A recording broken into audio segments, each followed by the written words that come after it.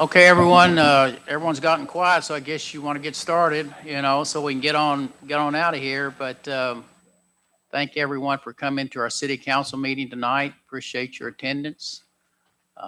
Always welcome the public to come in and see what's going on with city business. So thank you for coming. I always start off with a little bit of sports history, sports memorabilia. But first of all, I'd like to wish, I think it's going to be South Oldham and North Oldham High School as they, I think, go to regionals this week. I want to wish them well. I know they had a great district tournament over at North Oldham last week and some awesome players for both of those teams. Sorry, Oldham County couldn't get out of the district, but it's a little tough. I'm happy for University of Kentucky and what they're doing. So U of L as well. I don't know anything about Florida. They beat Arkansas 30 points the other night, but 34. Okay. But anyway, let me tell you my sport. What's that, Joe? Well, I'm NASCAR. I'm a motorhead. And Tyler Reddick has won the first 3 NASCAR races since it started this year. He's won three in a row. Mm-hmm. And nobody, in all of NASCAR, nobody's ever done that. Wow. Well, unreal. Somebody must be paying off a lot of money to do that. So anyway, if you have a phone with you tonight, I'd ask you to please either silence it or maybe if you have one, just and had to take the call, just step out and do that. We've got an interesting meeting tonight. Everything should go well, we hope. I don't know how fiscal court meets for 40 minutes and city council here meets for 4 hours. I don't know. I try not to keep the meetings going myself, but I guess just with our agenda items, that's what it takes. But for you all who aren't with us late into the evening, what do we usually stay at about 10 o'clock, ladies and gentlemen? About 10, and we get on out here. But Kevin Jeffrey's fiscal court, they're in 40 minutes and gone. But so anyway, maybe we can do that tonight. Let's see if we can set a record and be out here within an hour. So if for those who possibly could stand with us, if you can, we'll stand and say our Pledge of Allegiance. And we're going to have Laura Taylor lead us.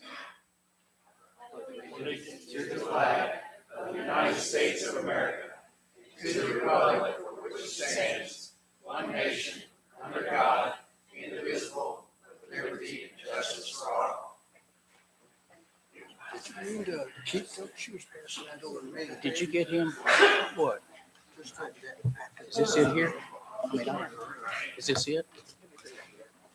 Where's yours at? I know, but he wants it. So get it. Okay. At this time, I'll call on Heather Woodcox, our city clerk, to call the roll. Councilmember Bishop. Here. Councilmember Ricketts. Here. Councilmember Kinzer. Here. Councilmember Taylor. Here. Councilmember Davenport. Here. Councilmember Powell. Here. Councilmember Tamer. Here. Councilmember Taylor. Here. Okay, 8 members of the city council present. At this time, I'll go ahead and call the meeting to order. You have your minutes from your last meeting. Before we do that, we're going to approve the agenda. Are there any additions or corrections to our agenda for this evening? Mayor, I'd ask that under the item 16, the Parks and Recreation piece, that we add a part for executive session, KRS 61.810B, deliberations on the future acquisition or sale of real property by public agency. Okay. If no one has a problem with that or an issue, we will add that in at that point, Trey. Any other additions to the agenda tonight in our regular business? If not, I entertain a motion that the agenda be approved as presented and amended with Trey's addition. So move with Trey's addition. Okay, motion made by Joe Davenport. Would there be a second? Second. Second by Jason Kinzer. Any discussion on the motion? If not, all those in favor of the motion, let me know by saying aye. Aye. Anyone opposed? Thank you. Okay, next would be our approval of our minutes from our February 2nd meeting. You've had probably, you stayed home probably all weekend long, reading through this packet and understanding the minutes. So should be a motion to approve fairly quickly. Is there one? I'd like to make one adjustment Yes, sir. on the last page where it Okay. says introduction to first reading, ordinance number 5.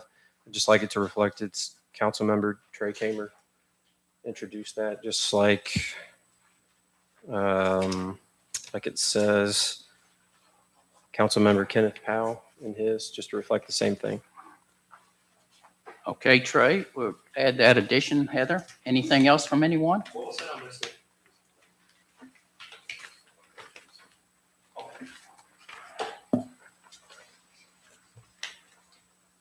Anything else from any council member as an addition or a deletion or a correction? Motion approved with the correction. Okay, the motion made by Trey Second. Kamer, second by Joe Davenport. Any further discussion on the motion? If not, all those in favor of the motion, let me know and say aye. Aye. Anyone opposed? Thank you. All right, let's go to city administration. Ms. Cindy Alvano, our finance director. So Cindy, I guess you're going to lead off tonight with the payables. Yep. Good evening, everyone. Hope everyone's having a good rainy day. I want to start out with the check register. If anybody has any questions on any of the pages listed. Cindy, I had one question on that. I noticed we had an expenditure for $5,442 for Webster's Heating and Cooling. Are they a local business here in LaGrange? I believe they are not LaGrange, but I believe they're just outside, and I believe their mailing address is Pendleton. Okay, so not in LaGrange and not in Oldham County? I If have it's to say, Pendleton. I'm not sure what county Pendleton is. That work has been being done here in City Hall with a budgeted approval. Corey Rusnick, who is Corey here with us tonight? Corey has been actually overseeing this installation of this type of mechanicals. I do know that he had a number of different companies in here, Jason, trying to see perhaps who would do the work for us at the best possible price. And they have done excellent work. They have been timely. They have been respective of working in the conditions while we have been working in the office as well. And their bid came back very competitively, and they're the ones that Corey had chosen. Okay. Do we put weight to businesses that are located in LaGrange? Do we add, I mean, obviously if somebody beats it by $1, one of them's in LaGrange, one of them's not in LaGrange, I would obviously prefer we go Nope, with there one. are things that we are specific that if they do offer those services in the city, we do go to people that live or work and Okay. have businesses Okay. in the city. So that is a consideration. That is absolutely a Okay. consideration. That's I all would- I was curious about. I would have to Jason, because I feel the same way that you do. I think they should get preference. To what degree, what preference, but the way I know Corey, I feel like he vetted the situation, but that Okay. is something that certainly you can ask Corey yourself to ensure that took place, because I totally want to support local, at least county business before other business. You know? Sure. The ones that are paying Yes, sir. their taxes and Okay. all that. So, yeah. All right. Thank you. Okay. Anybody else have any additional questions on the check register? If you do not have any further questions, I entertain a motion that the payables be paid as presented. So moved. Second. Motion by Lucy, second by Jason. Any further discussion? If not, all is in favor of the motion, let me know by saying aye. Aye. Anyone opposed? Okay, Cindy? Okay, we'll move to the second group of reports, starting with the statement of revenues, following with the statement of expenditures for each of our funds.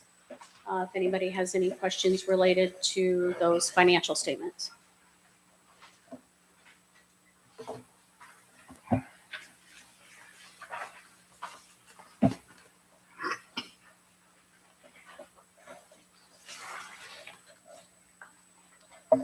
Basically, what you're looking at the basically where we are after 6 or 7 months of expenditures and income. You see what percentages of the budget have been spent, what's remaining in those line item accounts. So does anyone have any questions about this particular report? If not, I'll entertain a motion by anyone to accept it. Motion to approve. Motion made by Joe Davenport. Would there be a second? I'll second that. Second by Lucy Ricketts. Any further discussion? If not, all those in favor of the motion, let me know by saying aye. Aye. Anyone opposed? Okay, Cindy, last Okay. report. The final report is our bank balances and investment reports. Hey, Steve, can we get a copy of this put up on the screen so that the citizens can see what we're looking at as well? Does anybody have a problem with that? Okay.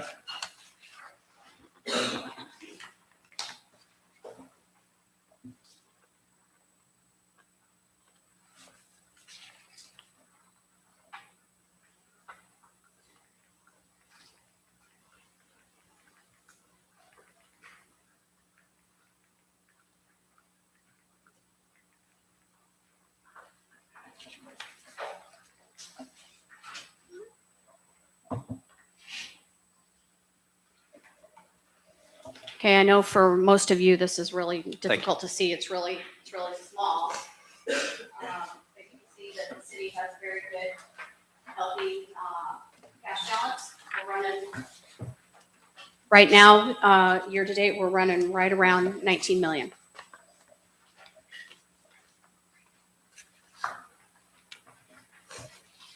Does And anybody of have any 19, additional- of the 19 million, I recall we're operating on about a 15 or 16 million dollar annual budget right now with the infrastructure work going on at Oldham Reserve.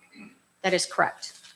And we still have additional reserves that we are held accountable for in the next couple fiscal years as well.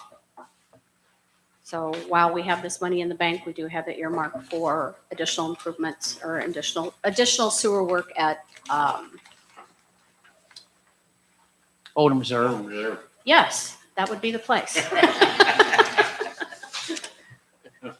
Okay, Motion to approve bank account balance, Mayor. okay, motion made by Joe Davenport. Would there be a second? Second. Who was that? Jason Kinzer. Any further discussion? If not, all those in favor of the motion, let me know by saying aye. Aye. Anyone opposed? Yes, ma'am. Okay, I just have one more comment that I would like to make. Little bit of good news on our end is that we have received the discussion draft back from our CPA firm. And it needs to go through one final review through an additional partner at their firm before I can release a draft and final version of that.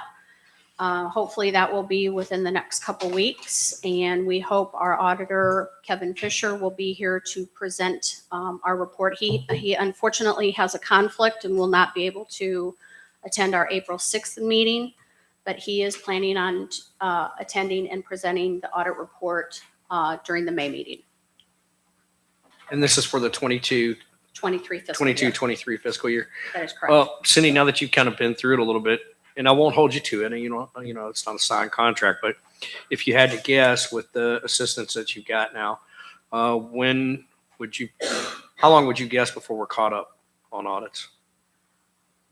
I can. And again, I won't hold you to it. I know it's a guess.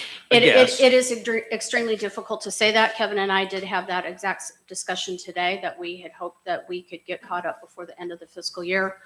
But it's likely not going to be feasibly possible, that between their schedule and our schedule and everything that we have to go through with the final report and getting the system rolled over, that we will be in good shape if we can get fiscal year 24 completed by the end of this year.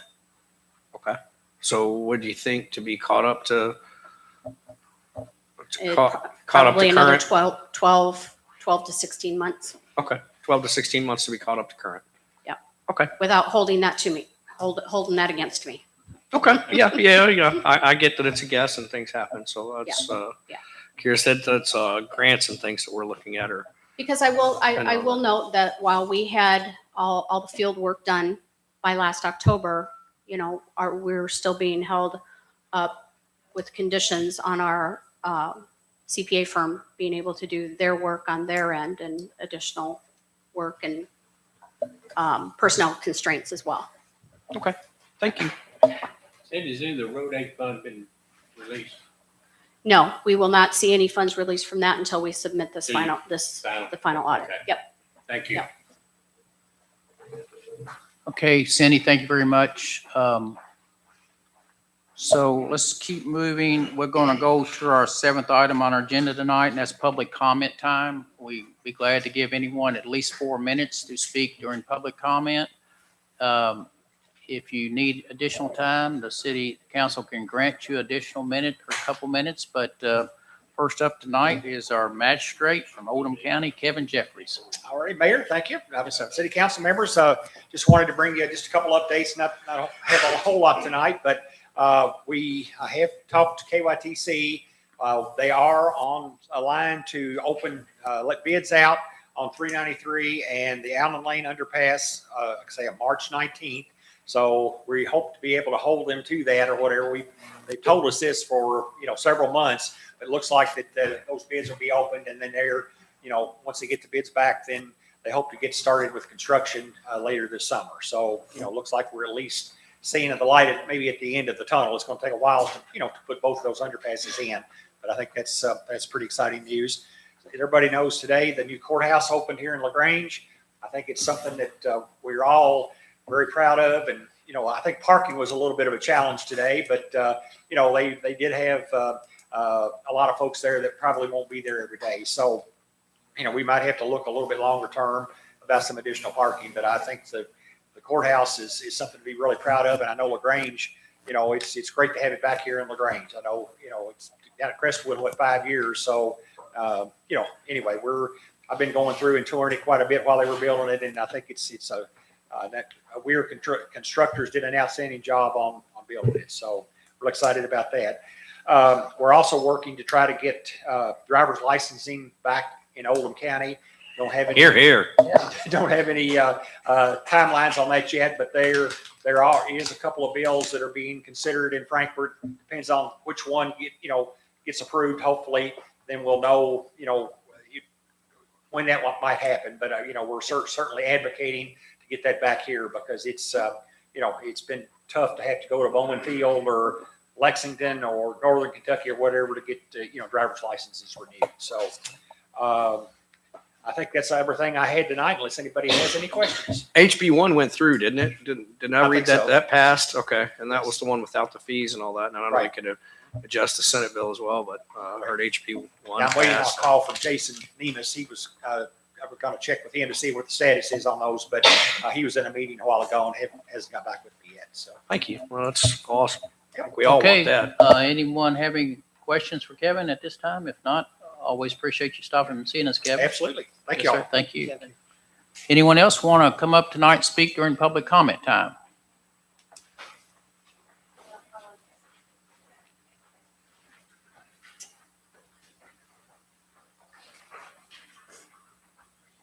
You can give us your name. You don't have to. You don't have to give us your address, but if you want to, so people know where you're talking about, you're always welcome to. That's fine. My name is Randy Steens. I live on Horton Road, which is just right around the corner here. We are here, my other half, Michelle Kaczynski and I, and then we have a couple neighbors also as well present. We are here to formally request the city council's consideration of traffic calming measures on Horton Road. We're a small dead-end residential street located off West Madison near LaGrange Elementary School. Horton Road has posted a speed limit sign of 15 miles per hour and has historically been a quiet residential street comprised of approximately 25 homes. Over the past 3 to 4 years, 4 new homes have been constructed at the end of the road, representing roughly a 20% increase in residents on our street. These additional homes include families with children and have contributed to an estimated 10 to 12 additional vehicles traveling our street daily, not including the construction-related traffic during the building phase. Unfortunately, speeding has become an ongoing and serious safety concern. Approximately 13 years ago, our dog was struck by a speeding vehicle while we were present out in our front yard. The driver never stopped, just laughed and drove away. They were using Horton Road to turn around because they had accidentally turned down our road because they were trying to get in line for the elementary school. More recently, my significant other and our dog were nearly hit by a speeding car while walking along the street. And then in another incident, about a month later, a driver sped down our street, and when we tried to approach the driver as he was leaving to just try to ask him to slow down, he acted aggressively, said a few cuss words, and sped off. In each case, we have contacted the police department and were informed that law enforcement action could not be taken unless an officer directly witnesses the violation. We have made multiple good faith efforts to resolve this issue through different channels. Councilman Kenneth Powell was kind enough to meet with us one Saturday morning to discuss potential options, including additional signage, use of the radar speed trailer, and the possibility of installing a speed hump. While we were encouraged by this discussion, we were informed by Mr. Powell that installing the speed hump would require unanimous resident approval and that the $4,000 cost would need to be covered by the residents. During our outreach to the police department and the public works office, we received conflicting information regarding the requirements for traffic studies and the funding responsibility. While this was later clarified with assistance from Corey Rusnick that the traffic study is not required and we only needed 66% of the residents to agree. This experience has highlighted the need for clearer and more consistent communication regarding traffic policies and procedures between agencies. Based on the current guidelines, we understand that installing a speed hump may present challenges, including the line of sight requirements and the cost considerations. However, given that Horton Road is a public street located near an elementary school and is used daily by children, pedestrians, and pet owners, we respectfully request that the city consider funding the installation of a speed hump, and if all other criteria such as the residential approval and all the safety standards are met.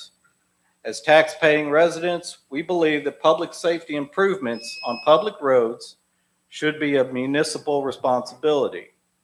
In addition to considering a speed hump, we respectfully request additional speed limit and warning signage on Horton Road, and temporarily placing the radar speed trailer to encourage compliance with the posted speed limit.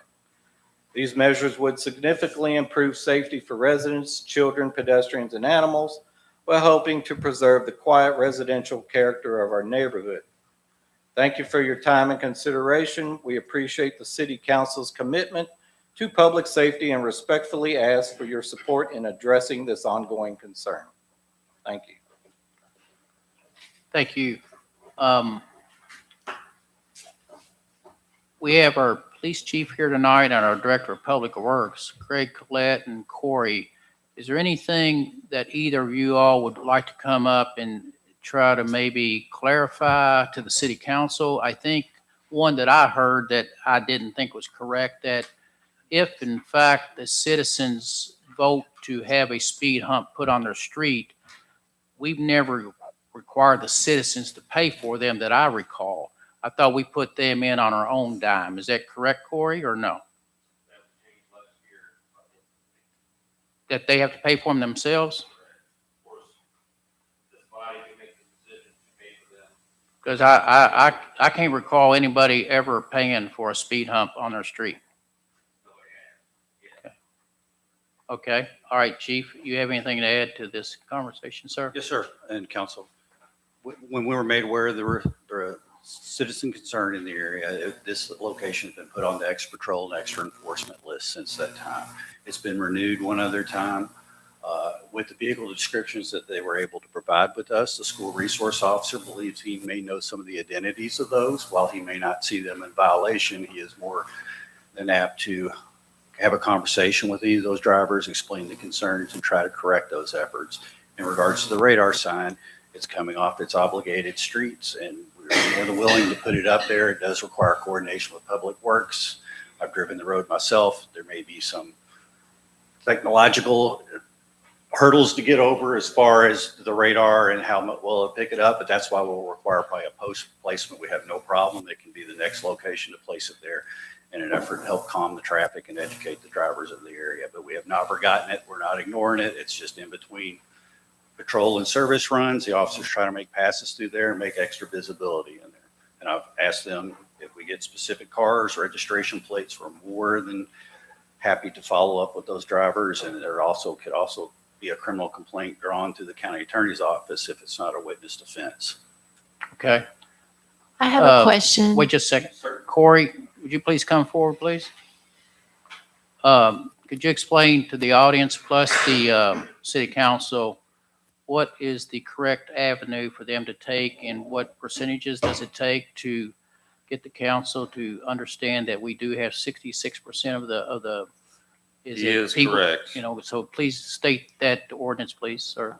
First, they must send a letter of request, which we'll take a verbal at that. Petition is 66%, just kind of a brief overview. Of course, the person requesting the hump circulates the petition and it's 66% of the vote. Some of the basic criteria, a lot of it's met. Street maximum width's 24 feet. That's not it. The only thing that might be, we haven't been through all to see if it actually passes the criteria, but site distance would probably be the only thing that's going to be problematic. So, I mean, we can do the study and see if it meets all the criteria, bring it back. We can bring it back. And if council decides to put it, override the criteria and pay for it and all that, that's out of my hands. I'm fine with that. Corey, is there a way we could put in, because I know a lot of cities are moving away from speed bumps and speed humps. There's a lot of issues with them without getting into it.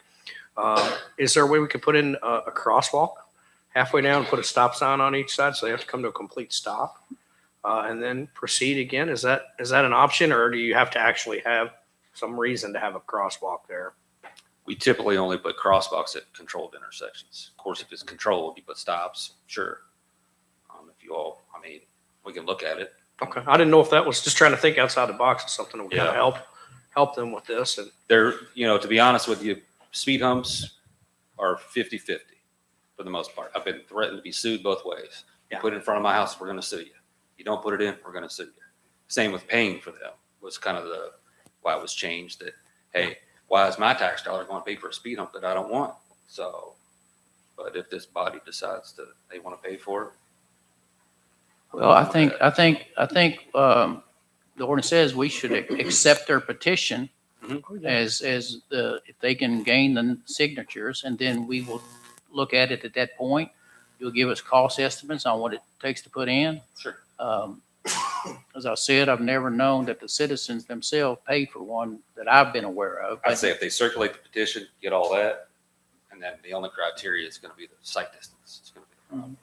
And the 66%, we don't care where the money comes from, how they, if that were the case, the 2/3 folks that don't want it, I know they're not going to put any money in to help pay for it. Right. So the 66% would have to bear the cost, sounds like to me, if that were to be the case. So, but I think if we have the ability for you to submit your petition, we'd be glad for you to do that. And then this council will take it up as to how we want to implement it and get it done or not get it done. Forward made the petition, so we'll start working on that. Sure. Can I ask you a question? What is the signage right now? Is there anything saying that there's no outlet or? When you first pull into the street, Uh-huh. it's probably within 100 feet on the right-hand side, there is a sign that tells you the speed limit's 15 and it is a dead-end street. But that's all there is. There's nothing further down the street that reminds you of the speed limit or there's children at play or anything like that. It's just that one sign as you pull in the street. Is it like right as people are turning? Is that something that's visible as they turn, or do they have to actually be driving down the street before they can see that You have it's to a no? drive a little bit. So it seems like maybe signage could also be helpful in this case to alert drivers that it is a one, there's no outlet. And also that it doesn't connect with the school, because if people are trying to go to the school to pick up kids or whatever they're doing, it's not going to do them any good. So if you can divert that traffic away from the road, that could be helpful too. Maybe a flashing, like they've done the stop signs up here, maybe a flashing speed limit sign and just a temporary, temporary. Do you feel like some of this traffic violations are people who are lost and did not realize that was a dead end street, or are these people on the street causing this We situation? know one of them was, I think, a teenage daughter or son of a resident, and then the other was a father-in-law of another resident. He was the one that got aggressive with us, and so we know who they are. Okay. A lot of school, there is a But lot of there's school traffic, Mayor Black. There's a lot of school traffic. But are What they, they're wanting to do, oh, there's two entrances to pick up your kids. And for some reason, they think if they get on the back end of Madison, that line goes a little faster. Well, they have to go turn down Horton. They might not want to turn around on the first driveway or the second driveway. By the time you're passing the third house, you're gaining speed. I mean, Horton Road is not a flat level. so they're basically driving down Horton, get turned around to get into the school line, maybe? Yes, sir. Okay. But you can't help but gain speed. Mhm. It's, and we've got a lot more new houses back there Yeah. and a lot of young families. We have no sidewalks. So the children, there's a lot of young new families. Okay, well, if you all could do that for us, and we'll take it up as your petition comes, unless the council wants to suggest something else tonight, but I think that would be the first beginning point. That's fine. I have one more question. How much approximately, would a speed bump cost?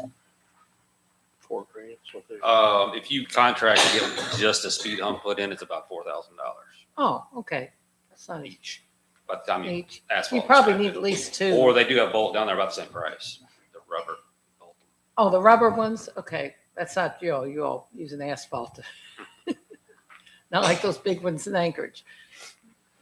I grew up playing on that street as a kid. My grandparents lived on the corner, so I know it pretty well. But I just want to say I'm sorry for the loss of your dog. That must have been terrible. Yeah. I can't imagine that would not be pleasant at all. So sorry to hear that. Yeah, I Okay, appreciate thank you you all bringing that to thank y'all us. for coming in. Thank Appreciate you. it. Okay, anyone else tonight? Public comment time. Public comment. Okay. I don't know if he's leaving or coming up here. Oh, he's coming up. Okay. I will be brief though. Okay. You don't have to get the stopwatch out, Beach. Blaine Anderson from LaGrange. Just a couple quick comments. Heather, I know we don't normally post the minutes until they're approved, but the January minutes, I do go back and read them. They're not online yet, so if we could get those on, that would be appreciated. Question, can a motion be made during new business to discuss a second reading and a subsequent vote on an ordinance that has not been advertised for public notice? No. Thank you. My other comment. I mean, I is- guess somebody could try to do it, try to make a motion to get it done, but if it hasn't not been advertised, it cannot be heard, period. That's why I just wanted to make sure. The other comment is just when Ms. Alvarado was going through the budget numbers, it caught my attention. That's why I went back to talk to the chief very quickly. The alcohol budget is up to $950,000. He says he's had some officers he's still hiring and whatnot, but I believe the annual budget is about $450,000. So that's telling me you've got almost 2 years worth of revenue sitting in the alcohol budget.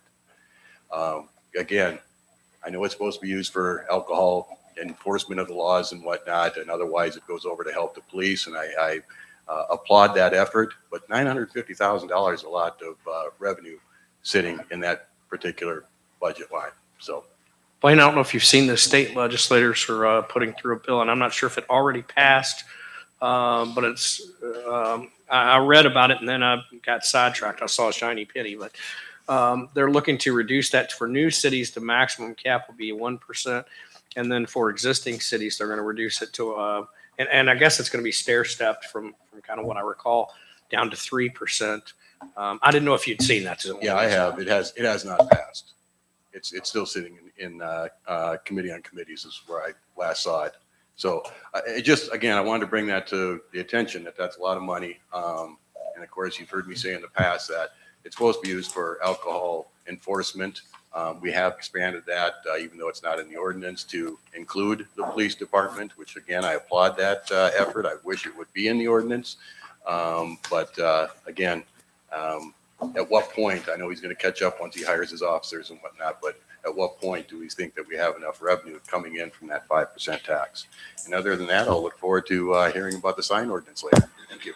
Thank you. Thank you, Blaine. Excuse me? Yes, you can, if you choose to. Blaine, only because you called me out on the table.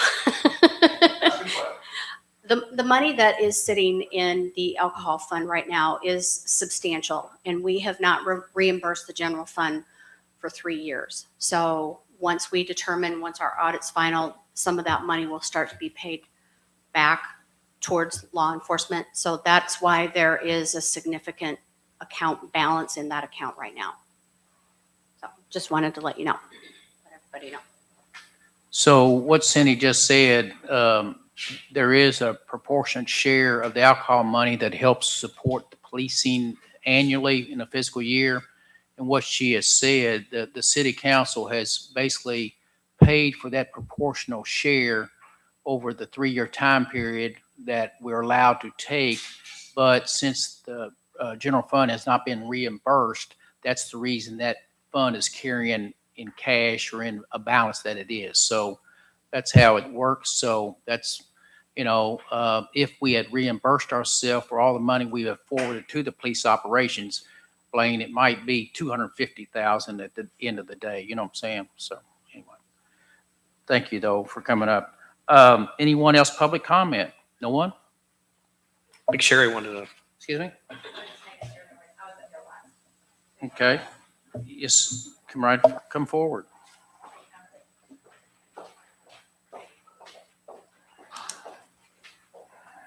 Now, as we said, we'll give you 4 minutes. Usually, your introductory is 4 minutes, but we'll give you 4 minutes, and then I don't know what all your report is tonight, Sherry. Yeah, but, it's not going to be. But if we need extended time, the council can grant it. Okay, thank you. Yes. So Sherry Mulkins with Clark Dietz Engineering. I just wanted to, I come every couple months to say hey to you guys, but I just want to thank you publicly for putting your trust in Clark Dietz and allowing us to serve the community between the city and Public Works and LaGrange Utilities. I just wanted to say thank you, and we truly do appreciate you all giving us a chance. So a couple of things very quickly. I've been meeting with the Economic Development Committee on a few projects that I guess their wish list that they had talked to the Babbage Foundation on some grants. And I know that she mentioned the audits are up to 2023, and then the Streets Fund, somebody mentioned that. So I did talk to the Babbage Foundation, and of course, I think you all know that no grant money can be distributed until the audits are caught up. So I know the Babbage Group came and talked to the Economic Development Committee about some possible grants for some of these things, but I just wanted to let you guys know, and I'll stay on top of that. As the audits are complete and approved, I'll just stay on top of that and stay on with the Babbage Foundation to talk about the grants to fund some of these projects. And I know she mentioned sidewalks. I mean, there's money, there's grant money for that too. If that ever becomes an issue, and especially if it's a path towards a school, it scores even higher to possibly get grant funding. So that's a possibility sometime down the road whenever if that's ever discussed. So the 3 projects that the committee asked me to look into was an amphitheater down over the railroad tracks that connect to the park, and I think the house that you all own the land and thinking about trying to figure out whether you want to demolish that house or whatever you want to do. So the amphitheater project, the parking garage, which someone mentioned parking tonight, that how difficult it was. So a feasibility study to see if a parking garage and a parking lot would would be feasible right smack dab in the middle of LaGrange. And I know you guys are just growing and all your activities are growing downtown, and parking, especially when you have a large building that's taken over, several of the parking spaces. What do you do? And I know it's frustrating to the residents when they don't have parking. So that's the second one. And the third one that's been discussed is the pedestrian bridge over I-71, which of course that's a huge project and would involve KYTC. So Jason and I ran into each other on Wednesday at the KLC City Day in Frankfurt, and we're just talking about some of these things. And when I talked to him about the grants not being able to, it's not possible to get those, he asked me if there's anything that we could do to just at least get it moving forward, so that when the grants do become available, you all would be ready to make a decision. So the answer to that question is yes. We gave a wide variety of prices on feasibility studies for all three of those. So we've not been able to meet, the Economic Development Council or committee has not been able to meet just for whatever reasons. And so I just wanted to bring this. I think I talked to Kenny, I talked to Trey, and I talked to Jason. So I just wanted to bring it forth, and you guys can discuss it amongst yourself. If you would like for us to submit a proposal on feasibility study for each one of those, we would be happy to do that and could have it ready by the next council meeting. I know that's the committee's decision, but I just wanted to tell you guys, and then tell you I've been watching the grants, but we can't do anything until the audits are done. Also, we're going to be out here Thursday. Our engineers are going to be out here Thursday to do a kickoff on the Wilburn Park infrastructure project. And then our GIS guru, Devin, is going to be out here working with LaGrange Utilities on a project that we're doing there. So, yeah. So I just want to add, we feel, because we've been looking at this for a while from the Economic and Community Development Committee, and we've been working with Sherry and the Babbage Foundation, and we feel very confident that, especially with Babbage, that there's a ton of grants that we can look at, and especially things like the walking bridge going across 71. Number one, it's safety. Keeps we've all seen people almost get hit on that bridge. It's good for health purposes as far as walking and bicycling and things like that. It reduces CO2, so there's another grant bucket that we can pull from. And tourism, people being able to walk from one side where the hotels are to the other side for tourism. So there's yet another grant bucket that we can pull from. So we feel very, very confident that we can get the money once the audits are caught up. So that's why I was asking Sherry, what can we do to get up to there? Because I feel like Cindy and her team are going to get things caught up. We're on the right track. It's just a matter of time at this point. So I kind of wanted to get the ball moving on those. So just so everybody's kind of up to date on where we are. I took less than 4 minutes. Okay. So Thank you very much. You're welcome. If no one has any questions further for Sherry, thank you all for coming to see us tonight. Okay, thank you. And this is Rob Huckabee. He's coming out on Thursday too about the Wilburn Park. So I just wanted to introduce him. So anyway, Thank you all. Sure. One other question. We had looked at the dam, and then the other. What was the other project we were looking at with the stormwater issue. Yeah. With LaGrange Acres. LaGrange Acres. That's the hot topic. Yes. There's a proposal. I've got a few copies of it if anybody wants to see it, but we submitted a proposal. I think it's just a matter of Corey and the mayor deciding if they want to move forward with it. I'm sure, try to be proactive a little bit. I'm sure with all the rain that's coming in, they're saying 4 to 6 inches possibly this week. It may come across your desk again from the residents. So they definitely need some love and some attention. So it's there. So it's just up to you guys if you want us to move forward in phases, or we're ready to go whenever you guys, or put it on the back burner and wait until the next year or whatever you guys want to do that. Corey. We'll be taking that up in our budget discussions for our next fiscal year. So that will be, Corey will be submitting his preliminary budgets. And if we find that we continue to need to do engineering more so other than construction just yet, we'll have to make a decision, and that'll come from the road committee. Okay. And we'll look at those items, and they'll be considered capital projects outside of our typical operating fiscal year budget. So we'll be looking at those things. Okay, Okay? all right, thank you. Any other? So Mayor, for the feasibility, do we need to bring that through committee, or is it something that we can look at as a council? If you're talking about LaGrange Acres, that will come through. No, for the feasibility for the other projects that we're waiting on grants for.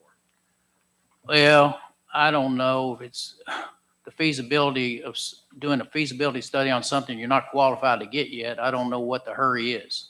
I mean, yeah, we can say we need a pedestrian walk bridge over the interstate, but if we're 16 months or 24 months out to get the audits caught up, then I don't know, a feasibility study be old by the time we actually did the project possibly. So I wouldn't worry so much about that Okay. right now anyway. Okay. Kenny, do you have a question? You got to kind of look Who, on your me? face. No, you have, okay, you were like, I Oh, don't know, you were no, like no. thinking about it. Okay. Okay, all right, well, then I'll let the Economic Development Committee tell me Yeah. how to move forward Yeah. or what we need to do. But thank you all again. We really do appreciate you all trusting us to help the city of LaGrange. Appreciate you. Sam. Thanks, Sharon. Appreciate you too. Okay, that was public comment. Is that the last presenter tonight? Public comment time. All right, let's go ahead and move to 8. I don't think Sarah Garrett's with us tonight, is she? She did send the council a agenda of what she has on the docket. So if y'all have any questions about Sarah's report, we can talk to you after Donna Sabo. But Donna Sabo is here tonight from our Tourism Commission. So welcome, Donna.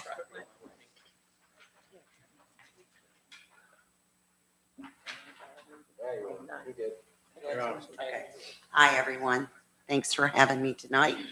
I'll start out with our bank balance. It's $40,088 and some odd change. I'm not sure the exact amount. Don't have it in front of me.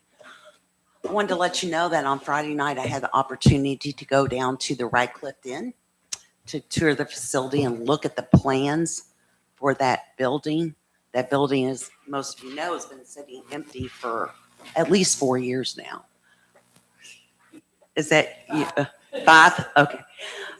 So I reviewed those plans, and from a tourism point of view, having a boutique type hotel in our town with an event center is something to be excited about.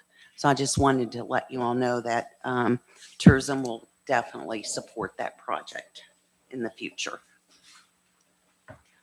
I have some fun news tonight. So LaGrange Tourism purchased a trackless train. So I'll let Steve roll this tape here and take a look at it.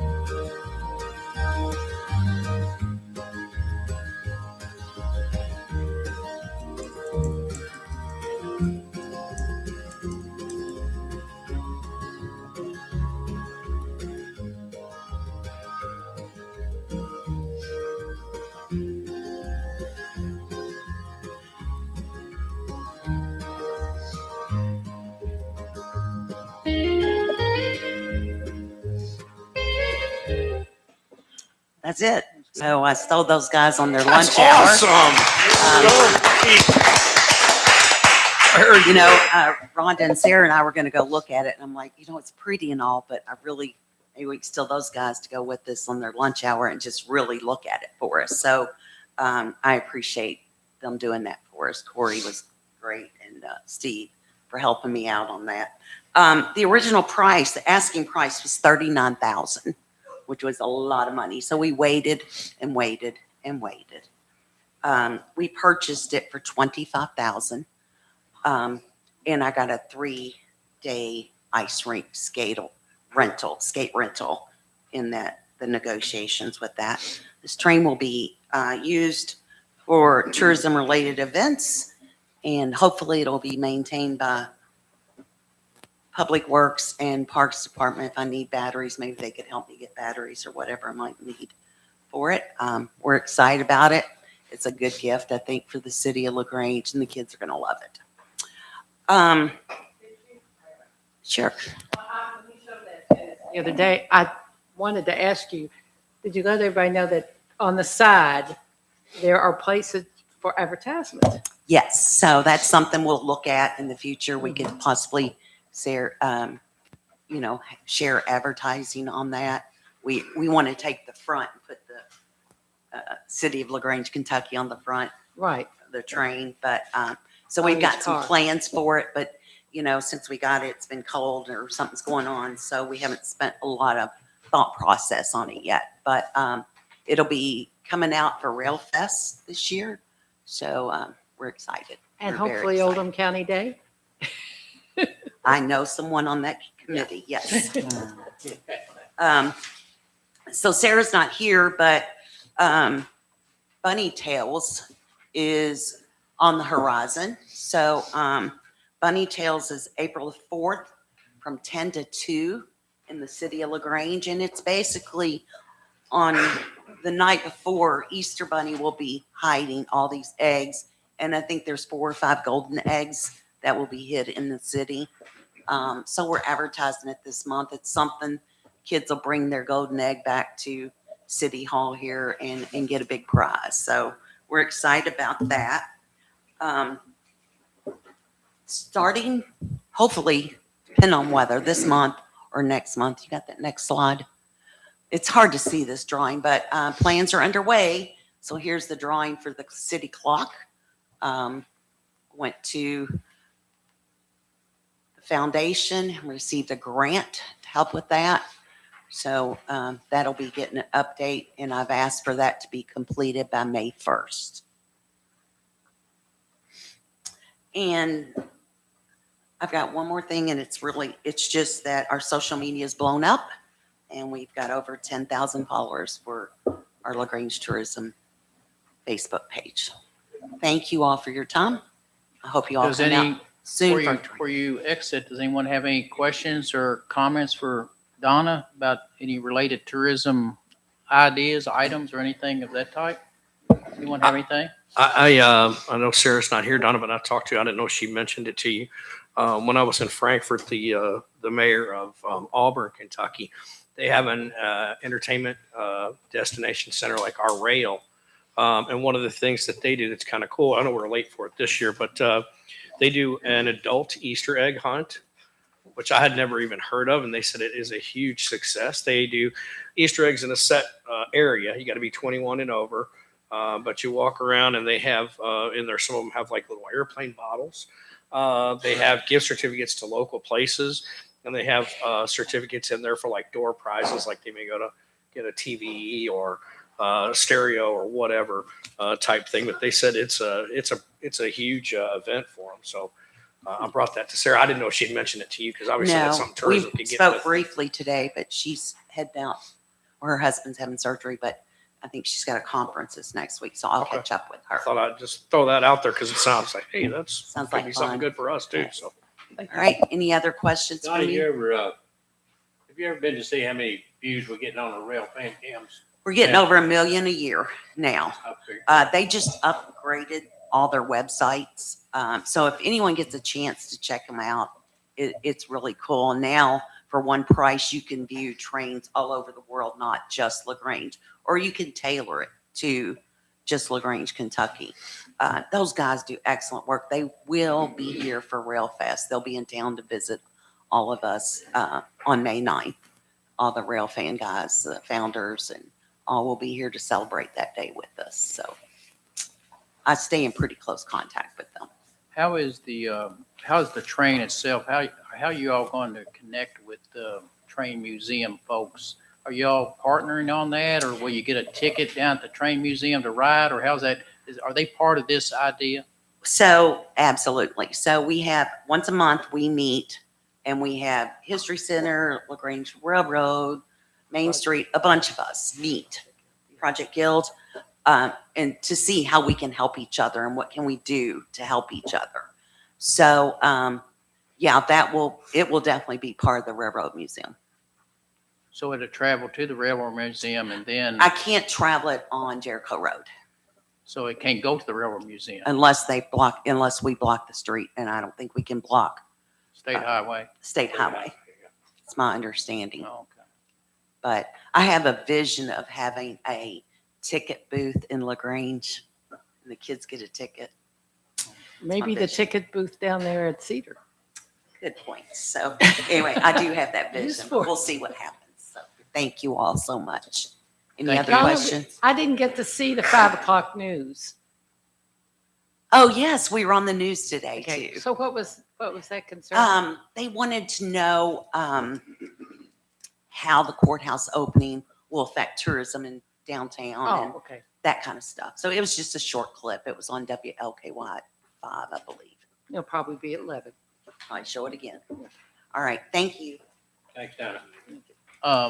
We have a great tourism commission here. Cheryl Thompson's with us tonight. She's one of our tourism members that she's with us. Cheryl's very active in the community and appreciate her service to help us out. Is any other tourism commission members here tonight? Just you and Donna? Okay. That's All right. volunteer, no pay for that. She just does it because she loves the They get to community. ride in the train pretty anytime they want to. You know, that's, yeah, free train rides. Okay, we're going to get to these public hearings, folks, I promise you, but we want to make you all sit through some of this stuff first, okay, on these zoning hearings.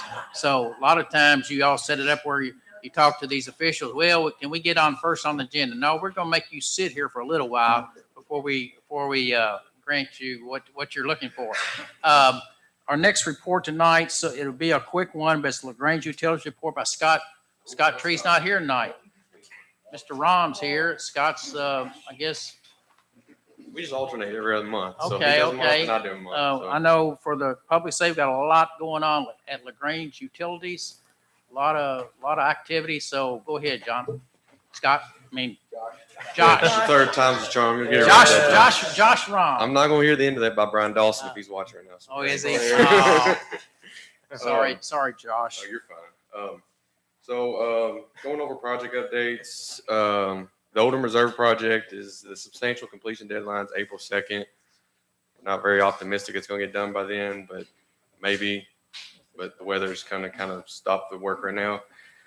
First Street Water project's approved. Kind of waiting on the weather to change and kind of working with you all on that. I know Scott's talked with you, Mr. Buck. Courts Water project is beginning April 1st. The water pressure valve project is starting sometime in April. We've already spoke about the Allen Lane. Mr. Jeffries spoke about that. East Peak Road extension, it's almost complete. And so is Trilogy Sewer Project. It's almost complete also. The Denton Floyd, the lateral extensions, waiting on the contractor for that one to begin. So I think that should begin soon. Also with the Marquee Apartments, they're waiting on a contract on that also. Dogwood Estates, the water and sewer plans are at Division of Water for approval. As soon as they come back, I think they'll start breaking ground on that. And then Parkside Estates, we're working with developer engineers right now to figure out what needs to be done there. So that's all our projects. Could I ask, where's the Denton Lloyd? Where is that? That's on Eden Parkway. It's for the apartments and stuff. They're Okay. extending the sewer line up to that. Some of those Yes. new apartments. Yeah, it's over by Machinify, Rawlings. Okay, yeah. So that's all the project updates. Like Mayor Black said, we're busy. We're busy in the field too. We got a lot of stuff going on in the field also. That's pretty much all I have for tonight. If anybody else has any questions. Remind me where Park Lake Estates, you say Park Lake Estates? Where'd you say? Parkside. Where is that development going? I believe that's the one on Jericho. I Is that think, behind LaGrange Acres? yes, I believe it is. I've kind of got them confused right now. So where is that with y'all's work process? What'd you say about that one? That's working with developers and engineers. So we kind of just got preliminary plans. What about what's the name, Dogwood Estates? For those who don't know, Dogwood Estates is a piece of property that was annexed into the city years ago during Elsie Carter's administration. It goes all the way back Zale Smith Road to Massey School Road. It's there at the corner of Massey School and Zale Smith. It's about 140 homes, I believe. That for that one. was annexed in some way or form or fashion. Yeah. But it's there and it's just now coming to be developed evidently. Yes, sir. Correct? Yes, sir.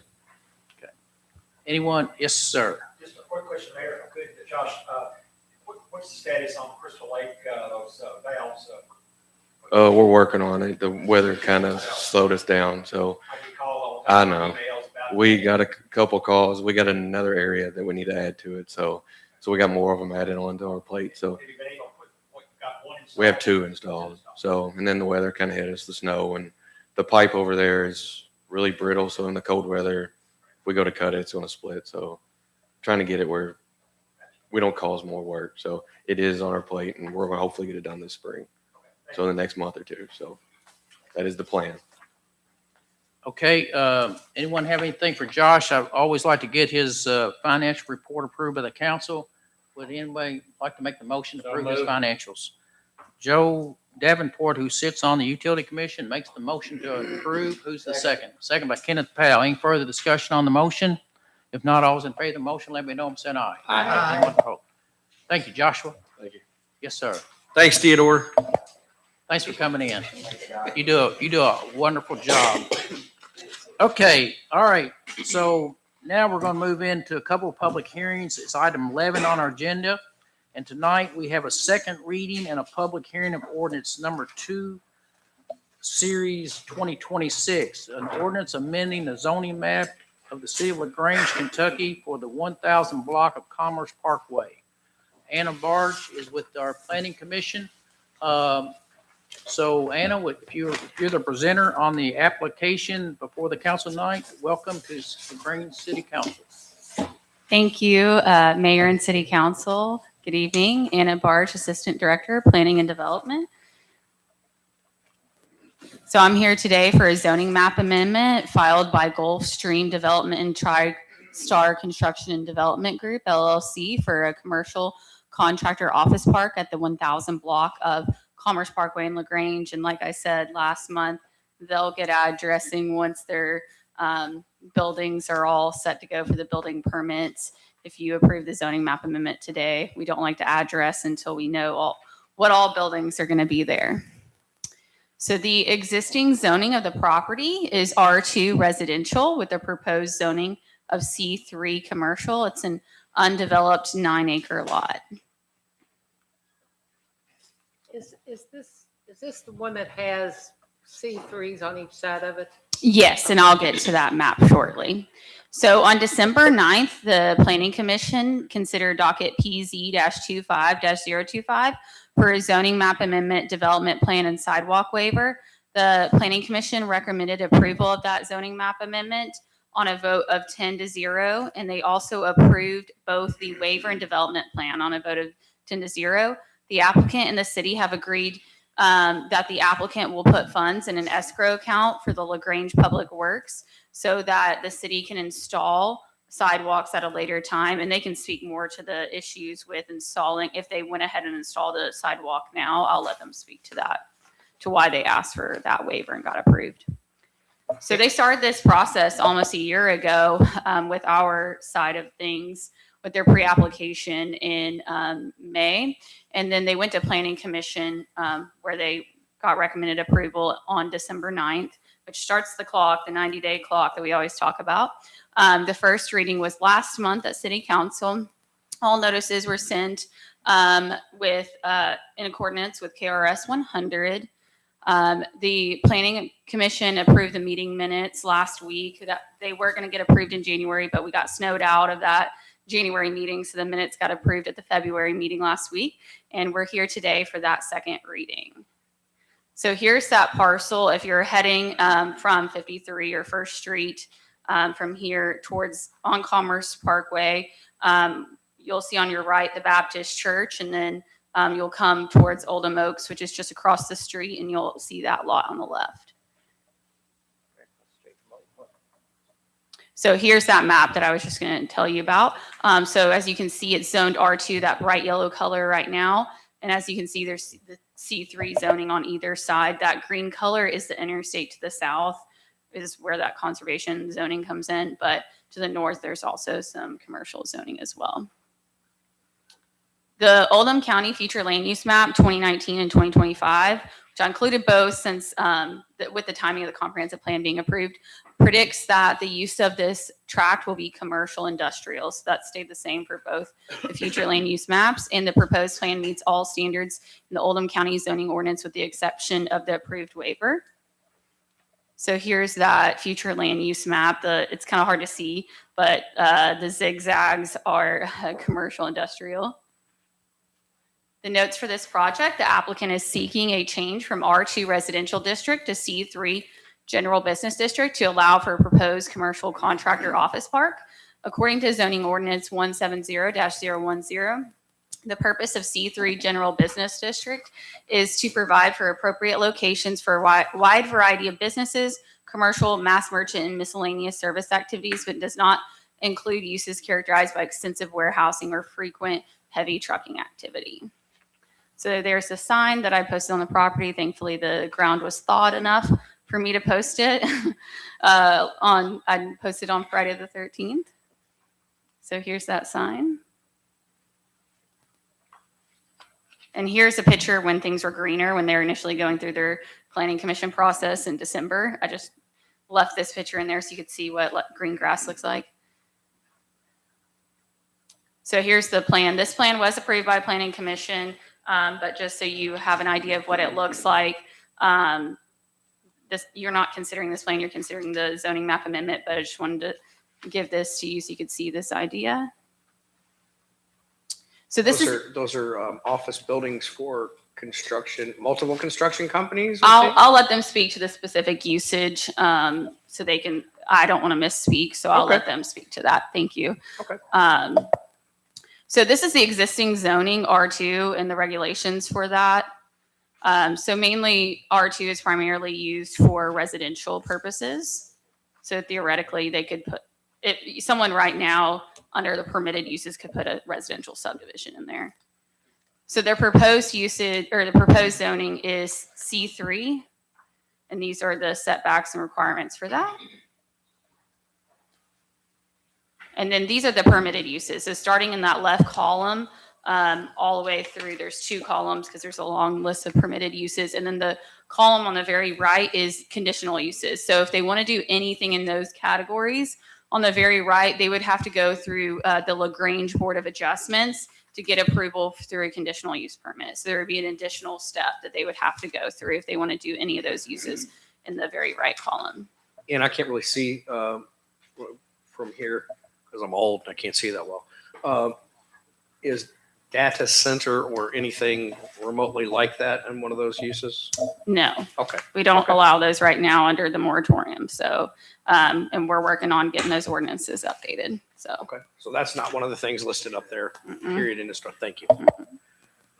And this is also in your packet, by the way, if you want to read it a little bit closer. It's in the packet that was sent to you. So, in summary, the applicant is requesting an approval of a zoning map amendment on approximately 9 acres from R2 residential district to C3 general business district on property located at the 1000 block of Commerce Parkway in LaGrange. And just to comment on the data center portion, how our proposed zoning or our proposed data center regs would not allow anything data center wise in C3 anyway. So doesn't really apply to this.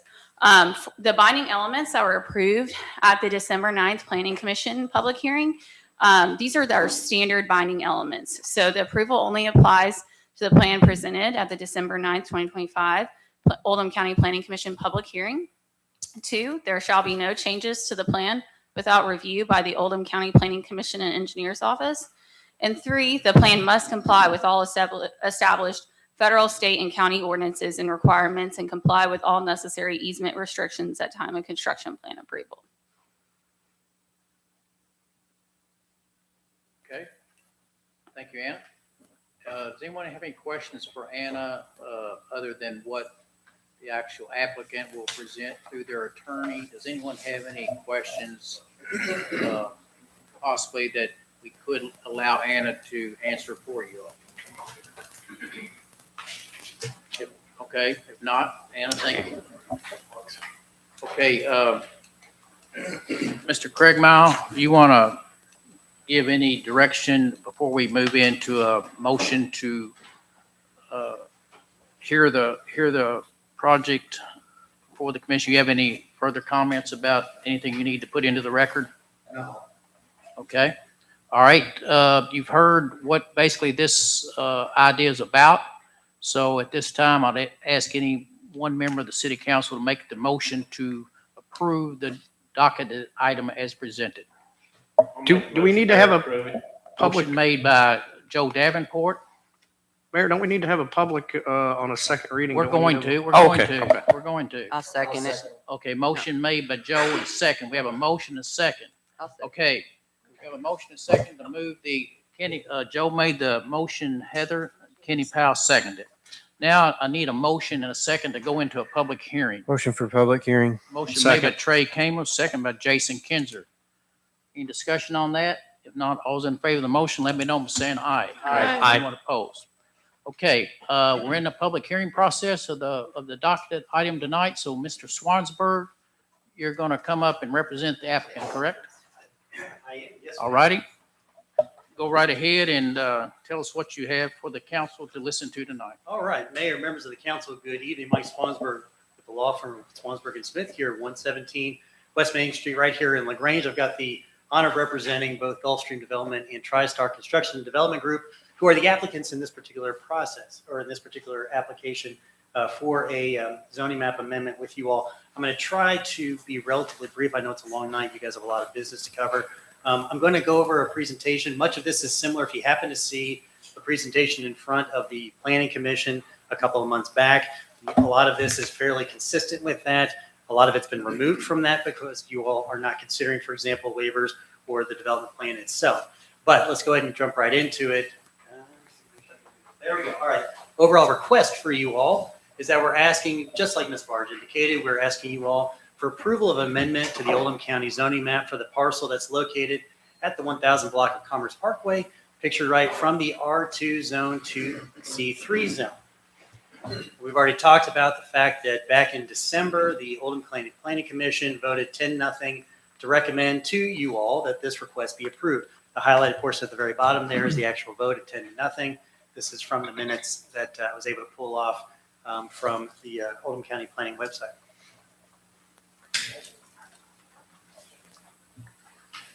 So as a lawyer, of course, I always like to talk about what is the guiding standard. What's the standard for you all when you're considering zoning map amendments in this particular instance? This is the state law that governs legislative bodies' approval of it or consideration of a zoning map amendment. And what that provides is that, quote, before any map amendment is granted, the legislative body must find that the amendment is in agreement with the adopted comprehensive plan, or in the absence of such a finding, that one or more of the following apply. And in this case, I chose sub A, which is that the existing zoning classification given to the property is inappropriate and that the proposed zoning classification is appropriate. So in fact, you actually have more than one alternative means by which you can approve a zoning map amendment in this case, either that it is in conformance with the comprehensive plan, or if you don't find that alternatively speaking, that the existing classification is inappropriate and that the proposed classification is appropriate. So there's actually multiple ways that you can ultimately consider this, and what we believe would be to approve it. I'm going to go through both of those here for your benefit. So again, this is another image of the proposed contractor part that we talked about. I will talk a little bit about what it is that we're talking about. So their question was about office space earlier, for example. What I wanted to tell you all is that the idea behind this in many ways, and the applicants and owners are here in order can expand upon this from their perspective as well. But the idea is to create a venue whereby, for example, contractors can come in and do things like showrooms, for example, where you can have a contractor has got a business, you can come in, let's just use, for example, flooring, right? That you can come in and they've got a flooring set up for you. If you're going to build a house and you're trying to figure out what you want to do in that context, they can have a venue for that purpose. It's not just limited, however, to contractors. There may be some other general business use. For example, let's say for the sake of discussion that you want to open a batting cage in the back into one of those places that might be used in one of those buildings. That could potentially be here as well. So again, it's kind of a fluid concept, but you would have this park be available for those various types of uses, which would be appropriate for C3 zoning. So again, it's general classification for commercial space without extensive warehousing. And we're not talking about extensive warehouses here. We're talking about individual buildings that may be utilized for those various purposes. So we're also not talking, just for the record, we're not talking about a data center. So there are no data center plans as part of this, just in case anyone's wondering.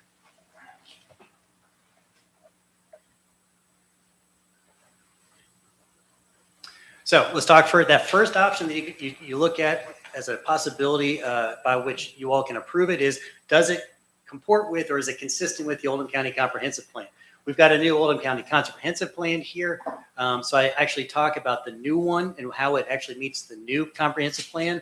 And I've highlighted a couple of land use and other objectives that we believe at the end of the day, this is consistent with within that comprehensive plan. First is going to be land use objective LU-1-1, which says, quote, new development should be compatible with surrounding land uses, community, and local infrastructure. We believe that the project that is envisioned by this particular request is compatible with adjacent development through the building of a commercial park in an area that already supports commercial activity, particularly if you go further down Commerce Parkway, away from the city and toward 393, for example. You're already talking about, in many ways, existing commercial spaces. This is going to be consistent with that and support that in many ways. Land use objective LU-3-1, quote, support the retention of existing businesses within Oldham County while ensuring growth is compatible with adjacent land uses and the availability of community facilities and services. The project is located in an area, this land is in a particular area that's already got the existing infrastructure or has the ability to support the project. So we're not talking about a farm out in the middle of nowhere, for example. We're talking about an area that in many ways has already been kind of contemplated for development in the long run. This is going to be consistent with that. You're also talking about partnering with other businesses here in the county. So for example, contractors who may be developing here in this county, whatever context that is. At the end of the day, could be residential, could be commercial, could be industrial, whatever that is, they're going to be able to partner with those individuals and have a location right here in the city of LaGrange for them to be able to operate their business in some way. So again, this is not one business doing this. This is a project that is going to be partnering with lots of businesses and give them a place to be located. And it's going to be right here in the city of LaGrange. It's a great opportunity for the city. Economic Development Goal ED-1-1, quote, diversify the property tax base by attracting office, commercial, agribusiness, and industrial development in appropriately determined areas. So again, we're talking about drawing in commercial or other businesses that can be located in this space within the city. And by virtue of doing that, increase the number of individuals in the city here who may ultimately be paying taxes to help benefit the city and its residents, right? So again, why have it go somewhere else in the county, outside of the county, in Louisville, in Shelby County, whatever that's going to be, if we can have it right here located in your backyard? That's the goal here with this particular project. So again, it adheres to the comprehensive plan. That is one method through which, if you find that that's the case, that in fact can be approved on that basis. However, I do want to talk about the alternative basis, which is that inappropriate, appropriate classification. Real quick, the existing zone classification I would submit to you is inappropriate. So presently in the yellow right there in the middle is the 1000 block of Commerce Parkway. That is the location of the project that we're talking about. It's currently zoned R2. What is R2? Just in case you're wondering, R2 is generally designed for low-density, detached, single-family areas of neighborhoods. Single-family homes on 9 acres, theoretically located right behind the interstate and beside commercial properties on either side, in my opinion, is pretty inappropriate use of that land. In other words, like I said, the R2 designation does not actually, I went too fast there, I got excited about hitting those X's. It doesn't meet the criteria, it doesn't essentially fit within that area, right? It's an island of residential surrounded by commercial and the interstate. C3, however, is an appropriate designation because, again, it provides for a wide variety of businesses and commercial, mass merchant, miscellaneous other services, right? The properties to the east are currently zoned C3. Properties to the west are currently zoned C3 or south. The property across the street is also, we say C3, it's C2 across the street, it's CO behind it. So again, you're talking about consistency. It's essentially infilling an area right now that's surrounded by commercial with potentially another commercial lot that essentially makes sense. So we believe that it is appropriate for this designation to become C3 because it's surrounded by C3. And it's on a road called Commerce Parkway. Yes, right? It's not residential parkway, correct. Sounds pretty clear.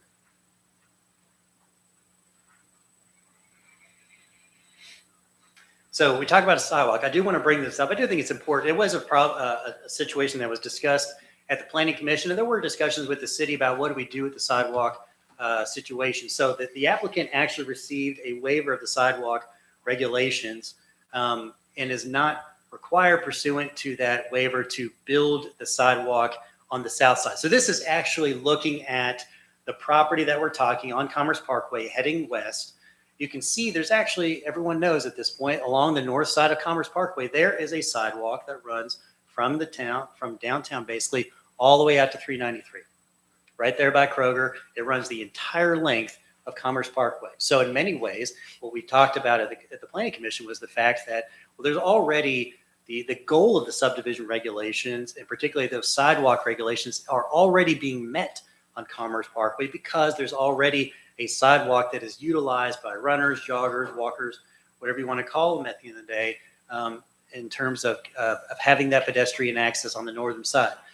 On the south side, however, if you drive around Commerce Parkway and you drive out to 393, you don't see a sidewalk. And that includes, by the way, existing businesses that are already there, including within the city, that don't have a sidewalk on the southern side. Part of the issue that we talked about is the fact that what we would have to do without the waiver is essentially build a sidewalk to nowhere at this point. You'd have a piece of property right here, all that green space, and you'd have a sidewalk, and it would end. And there'd be nothing on either side of you in terms of the development. So so we talked about originally, well, there's nothing there. Well, what if we put it ahead of time and then they developed beside us? Great question. The problem that we found with that, however, is that there are topographical issues with the properties on either side of us. It's not that a sidewalk cannot eventually be built. It's that you'll have to work in conjunction with the people who develop those properties to infill, for example, or to bolster up those particular properties in order to create the land area and the grade that will allow a sidewalk to go the entire length of those properties. So what we said was, well, look, if at the end of the day, the city wants to actually build a sidewalk that runs along the south side in the context of some greater plan or some long-term vision, what the developer in this case agreed to do was, okay, we're not forced to build the sidewalk, but what we will do is we're going to be good corporate citizens and we're going to give the city money for that purpose. And what we talked about with the city ultimately to do is that the developer was going to create an escrow account, making the city a beneficiary. And what they're going to do is they're going to put the amount, it's very specific, I'll explain why that is, $27,184.31. That number was calculated with the county engineer to come up with the fair market value of the actual footage for putting in a sidewalk at a fair market value from one end of the property to another. So they basically took the land mass, they figured out what the appropriate sidewalk footage would be, and then they calculated out, and that's the number they came up with. That's what the present amount would be. Ideally, what we're talking about doing is putting it into, to the extent possible, an interest-bearing escrow account so that hopefully that money is actually generating more money so that in the event that, let's say, the city decides a couple of years from now to put in a sidewalk on that side and the costs associated with that have inflated for whatever reason that might be between now and that time, that hopefully that account was generating money so there would be more money in that particular pot as opposed to just the 27,000. So ideally what we're talking about is having, this is a situation where the developer is actually contributing to the city and actually making it more cost effective to the city to potentially do that long-term plan that we talked about at the end of the day. It doesn't happen very often, as I'm sure all of us have seen in terms of developments, but this is one where the developer has made a conscious effort to form a really good public-private partnership in order to get something done in the long term. So that is what they've agreed to do. That was actually a binding element that they agreed to at the planning commission level. That is a discussion that was had even in the last week with the city. That is what they are going to be doing moving forward. So understand that that is also part of our particular proposal, is just letting you all know that that's the case. And then the area for the sidewalk is also, that's going to be deeded or an easement, or how's that? Depending on, again, however the city's going to do it at that point, it'll be worked out. And the developer, will probably end up installing it as well. So there would be an easement, I suspect, in that area as it is to put in that. Part of the issue you're also going to run into at some point, and this is another discussion point we had, was let's suppose at some point the Commerce Parkway gets widened, right? And so again, there is sufficient right of way for that purpose, but what you didn't want to do from our perspective was potentially put in a sidewalk. The road gets widened, then it impacts potentially the sidewalk. You got to rip it up and then put a new sidewalk in. That's not cost effective for anybody. So again, there was this issue of, hey, well, let's put the money and see where it goes in a couple of years. And the city gets going to get the benefit of that if that's a long-term vision. And it prevents the developer from incurring significant costs that potentially are going to end up having to redo in a couple of years' time, assuming the city changed its mind in terms of what it wants to do. What if there's never a sidewalk that's ever proposed on it? You know, is the developer going to protect themselves to where maybe there's a clause in there that says after 15, 20 years, that they get their money back because they're just technically giving the city a savings account? They should protect themselves. I mean, rather than just doing that. I mean, within the next 15 to 20 years, sure, who knows what's going to happen? You know, they might widen Commerce. They might do nothing with that. So how are they going to protect themselves with that money as well? Because that's, you know, there's not any sidewalks from LaGrange to Buckner on that side. I think they never do. Typically what we do in these hearings, we let you get through your presentation, then there will be time for the council to ask you specifically. So I don't want to mess up your train of thought in your presentation with, you know, so sure. Would you like to keep moving forward? I do. In fact, I'm actually are you almost just about done? I'm actually Okay. almost done. Okay. So, I appreciate that, and I appreciate the question. Be happy to Yes. we'll be happy to talk about that too. So again, that's what we talk about the sidewalk. That's the goal of the plan with the sidewalk here. So really, actually, so I'm actually at the summary point here. So again, what we're in sum asking you all to do is to approve an amendment to the zoning map that designates the parcel located at the 1000 block of Commerce Parkway as C3 from the current designation of R2 on the basis that, again, it could be an or, but we think it's and. It comports with multiple goals and objectives of the Oldham County Comprehensive Plan and or by statute, because the current residential zone classification, which is unusually placed within a commercial district, is inappropriate, and that a C3 zone designation would in fact be appropriate. So those are the bases upon which we believe you all should feel comfortable from our perspective approving this particular zoning map amendment pursuant to state law. And with that, Mayor, members of the council, I'm open to questions, or we are, I should say. All right, council, you have questions for Mr. Swansburg at this time? I mean, are you ready for questions? You want them to present first? Are they presenting, or are you? No, I'm actually that's it in terms of presentation, but we're always available. Anyone of us is available for questions. All right, this will be the chance for the council to ask you questions, to clarify anything they might be unsure of. So yeah, that was my question was obviously I think it's wise of the developer to put that money in there. It makes no sense to put a sidewalk to nowhere in front of that development if it never comes. But as the developer, you're fronting that money. I think it's very important that you protect yourself too. What if 15, 20 years from now, there's not a sidewalk that goes down through there? Are you all gonna put it in there to say, hey, listen, we want our money back? Because I would. Well, so my understanding, you all can come up and tell me, but my understanding at this point is that essentially you're going to create the escrow account and make the city beneficiary. The money's going to get put in there, and essentially, for lack of a better term, the developer's going to kind of just let it do its thing until such time as the city comes to the developer and says, hey, we're going to do this, and now we want to collect on the money, basically. Right. If that happens 10 years from now, fine. If that happens 20 years from now, fine. I think at the end of the day, they're basically saying, look, we've decided to front the money. We're going to let it sit. It hopefully grow some interest. And then if, I don't want to say 50 years from now, if the city decides to do something different, that money should still theoretically be in an account for that purpose. Well, is that essentially correct? To this point, there's been no specific discussion on a sunset of that. It wasn't anything other than I just don't, just if it sits there, it sits there. But, if nothing happens, that's still your money. Do you have an estimate on the number of parking spots that would be on your development?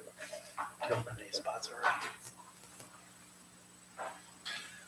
are. Plan's not going to show it, but I guess what I'm getting at is trying to understand what kind of volume you would anticipate as far as folks coming and going.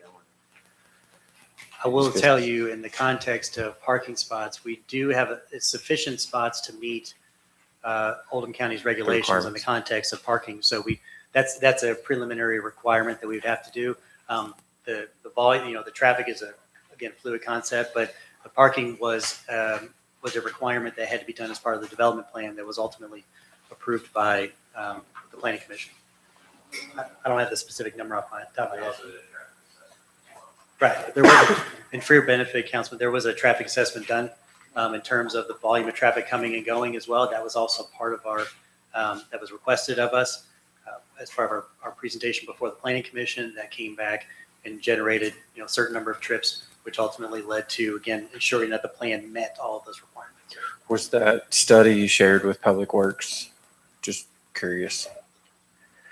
Part of the reason I'm asking as well is, so, we do have some funds set aside for basically a turn lane, but farther down Commerce Parkway in the event that we wanted to just go ahead and extend it all the way down. I know we had a gentleman a couple of months ago that came in and gave a rendering, and I'm looking at Corey if you want to chime in on this, but he gave some options, but I'm just trying to understand how much more volume we would get on the roadway.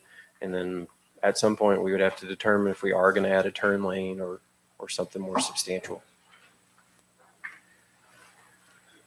Yeah. So the traffic assessment was in your packet that was provided to you, so you can look at that if you'd like.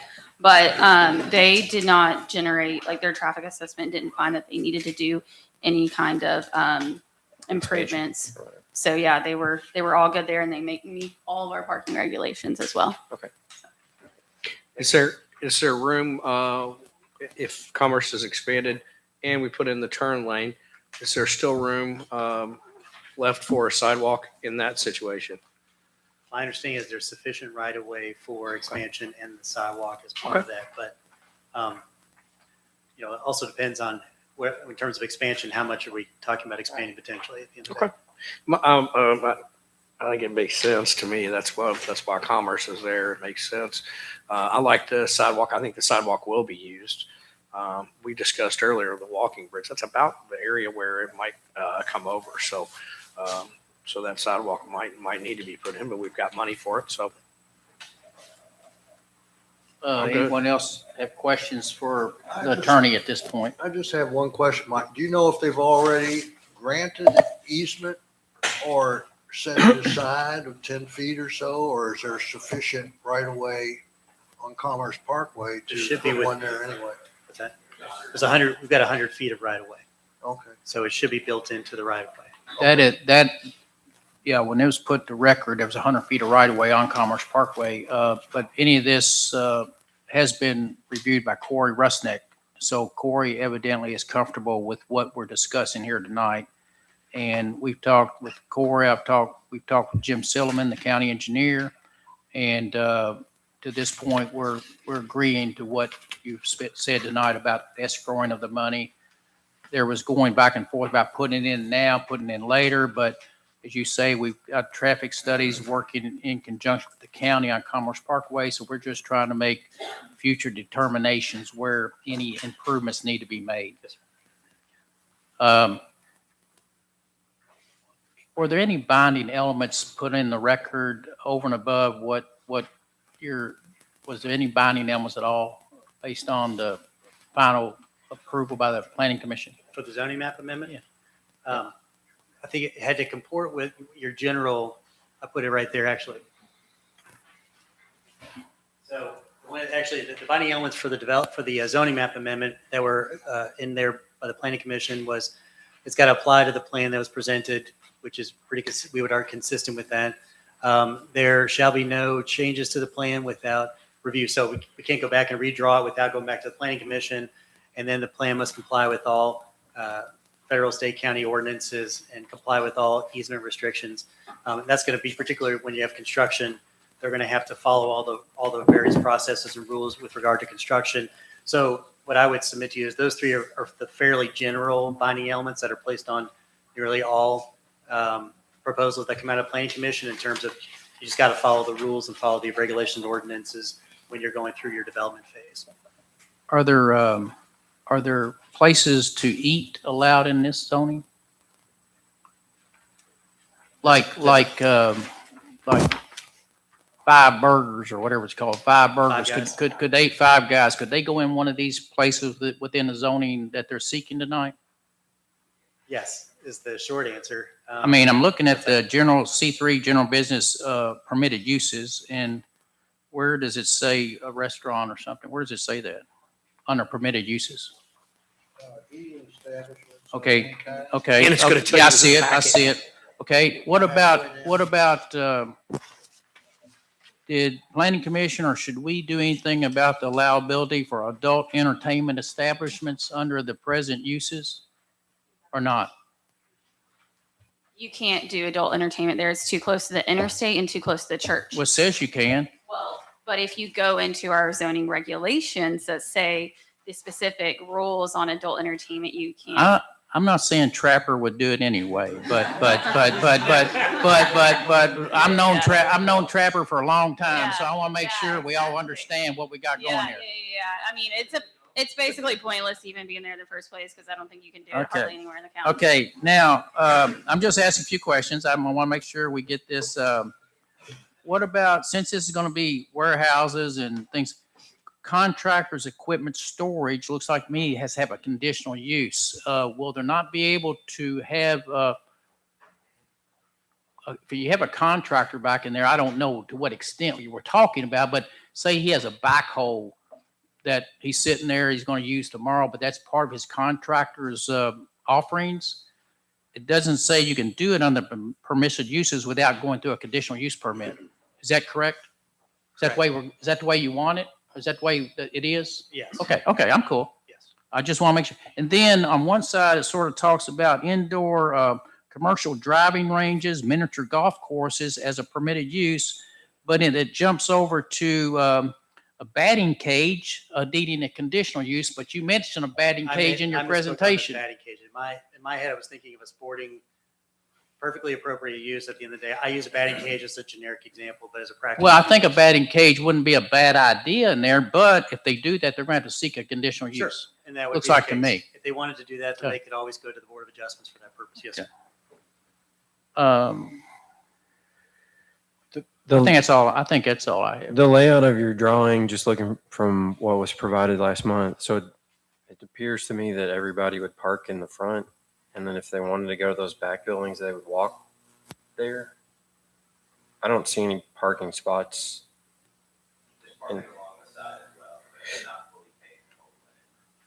Past that front building, it's going to be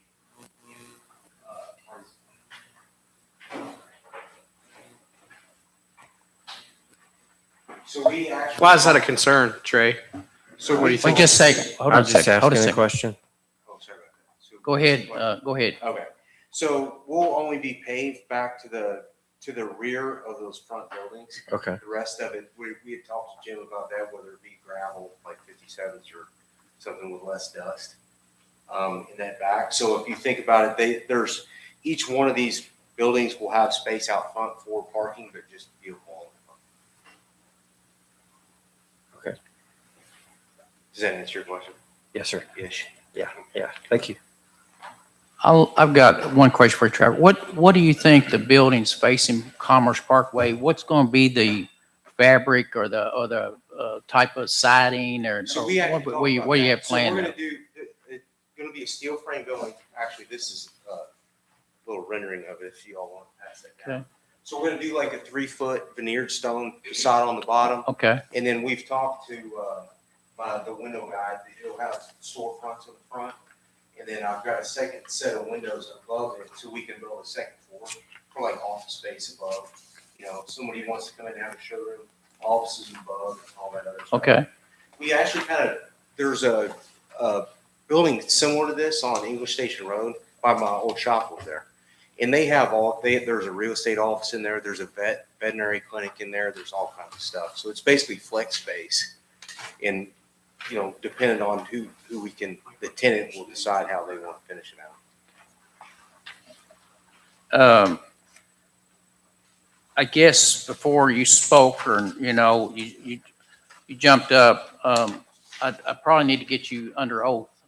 You all under oath for everything Heather, go ahead and give Trapper the oath because on everything he has said, he's telling the truth, the whole truth. Especially about the adult So entertainment. go Yeah, ahead for and sure. get Trapper and state your name for us, Trapper. It's actually John Thompson. Okay. John I call you Thompson. Trapper. Yeah. Okay. 2711 Thompson Road in LaGrange. Okay. Go ahead. Swear to tell the truth, the whole truth, and nothing but the truth. I do. And also what you've already said. Yes. Okay. Yeah. That was all the truth. Okay. All right. Okay. Is that any other questions by the council to either Mr. Thompson or the attorney at this point? Nothing? Okay. Y'all go ahead and have a seat if you wish to. The audience has heard the presentation. I will ask now, there's anyone here tonight that would like to come forward in support of the application before the city council? Anyone here tonight in support of this?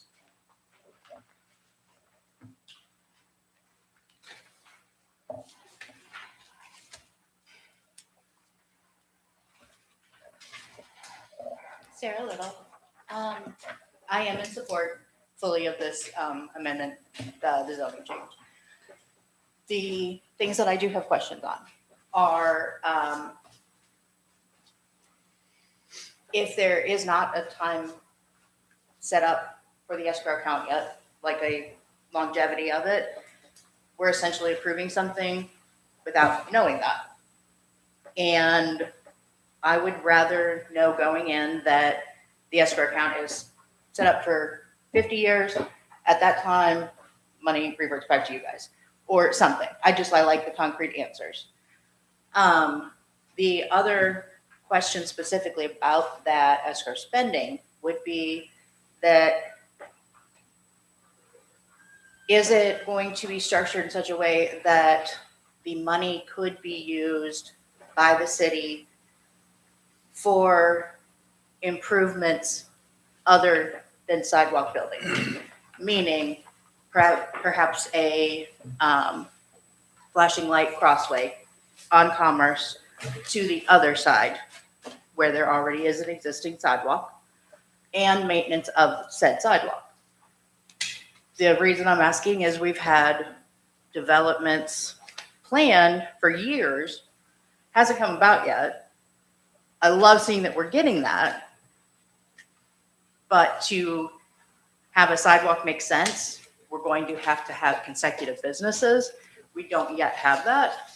So is there any use for that money to be used alternatively than a sidewalk on that side of Commerce? Which, Got one last question, then I'd rather kind of like have them all at once. My other question would be, what brought you guys to Commerce rather than to Oldham Reserve? I'm very curious about that because we've been developing Oldham Reserve for 20 plus years. What brought you to Commerce? Any of those would be great. Thank you. Okay, typically, those in support, Sarah says she was in support of your idea, but typically we'll have a time where the applicant will be questioned by those who would like to have things answered. But since she's already posed the questions, if you want to come up and try to answer her questions, you go right ahead.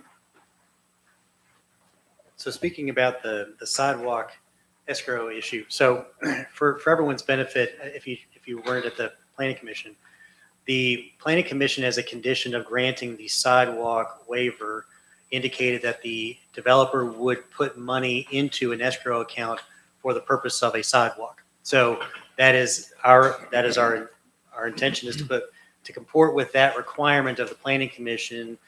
In that binding element is to put in money in escrow, we believe, for the purpose of a sidewalk. And so that was what we believe it's going to be used for at the end of the day. It's not just putting into a general account for the city to use it. That's what we're supposed to be putting it in for, and that's what we plan to do on that front. With regard to the question about why Commerce versus Oldham Reserve, for example, it's just a circumstance of availability and opportunity. The property happened to be available. They happened to be able to buy it, and they decided this is what we want to do with it. I don't think there's anything, there's no alternative issue as to why one or the other.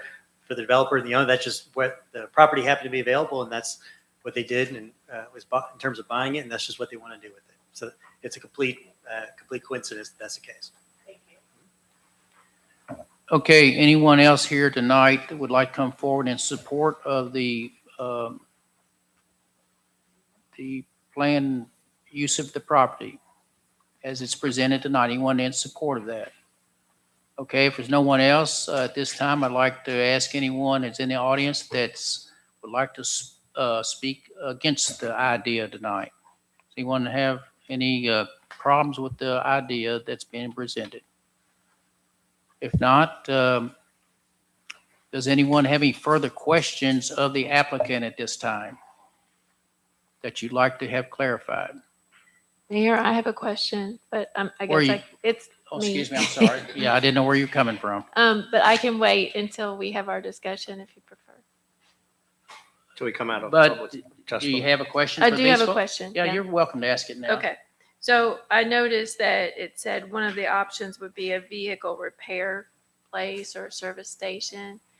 My question really is just kind of piggybacking on what Trey is saying.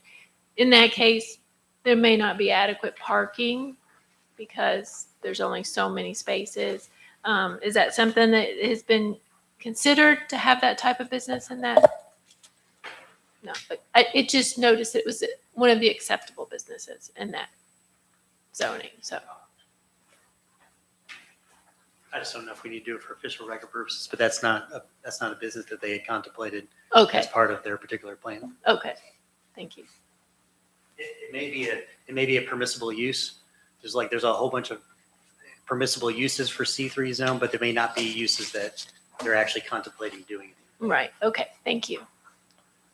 Okay, so is anyone else here would like to speak in opposition? No one? Okay, since there's no one in opposition, you're not going to have a closing statement for the opposing side. So Mr. Swansburg, would you like to leave a closing statement before we close the public hearing? Just very briefly, Mayor, thank you very much, and members of the council, thank you, and great questions. I really appreciate all the thoughtfulness you guys put into these considerations, these deliberations, and hopefully we've been able to address any concerns or issues that anyone might have had, either by you all or by the public as well. And again, appreciate all that dialogue. Just as I indicated in the summary slide for myself, we believe that pursuant to state law, this particular request is consistent with an approval process or an approval by the city council because it meets the various provisions of the comprehensive plan, or alternatively, or in addition to that, we believe the current zoning designation for that area is inappropriate, and the proposed use, in fact, would be appropriate. So I think that those are, based on state law, completely appropriate means for you all to consider a yes vote in this case. We appreciate your consideration and certainly would appreciate your support. And with that, I yield back whatever time I might have. Thank you all very much. I will say to the council and the public, there is a requirement, certainly along Commerce Parkway, that every applicant to put a place of business on Commerce, the requirement is they do have to, as city ordinance calls for, have plans for a sidewalk. But we've got some other issues on this going on East Crystal Drive past Cracker Barrel. And we're trying to be consistent with telling each person who develops a parcel there that the requirement is to put in a sidewalk. I think Corey would agree with me, and I know the planning department would. There have been instances where, for whatever reason, that was not imposed on a few people, but just because it wasn't imposed and it got slipped through the cracks, it's not to say we can't continue to suggest that it has to be done. On the part of the issue of the amount of money being escrowed, and this is just for city council to consider, and maybe Corey could listen to this as well. We have had instances where a developer has put up money to the city for future use into improvement of Commerce Parkway in any way that the council would deem as necessary as time goes on. That's putting up money to either for us to put into a turning lane, a traffic study, anything that would help out the flow of traffic on Commerce as we go forward.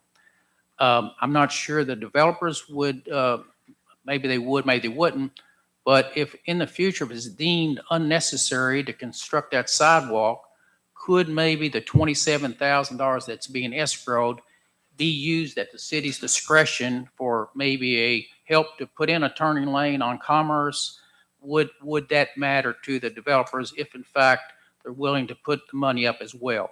And I only say that because maybe a future council say, you know, we're not needing sidewalks for connectivity over there. Maybe they will, maybe they won't. But I guess if we got this stipulation into the record that the developers would agree to use it in any form or way that the city council may be deemed in the future as a more necessary use of the money, maybe that's something the council might want to consider. I'm not sure.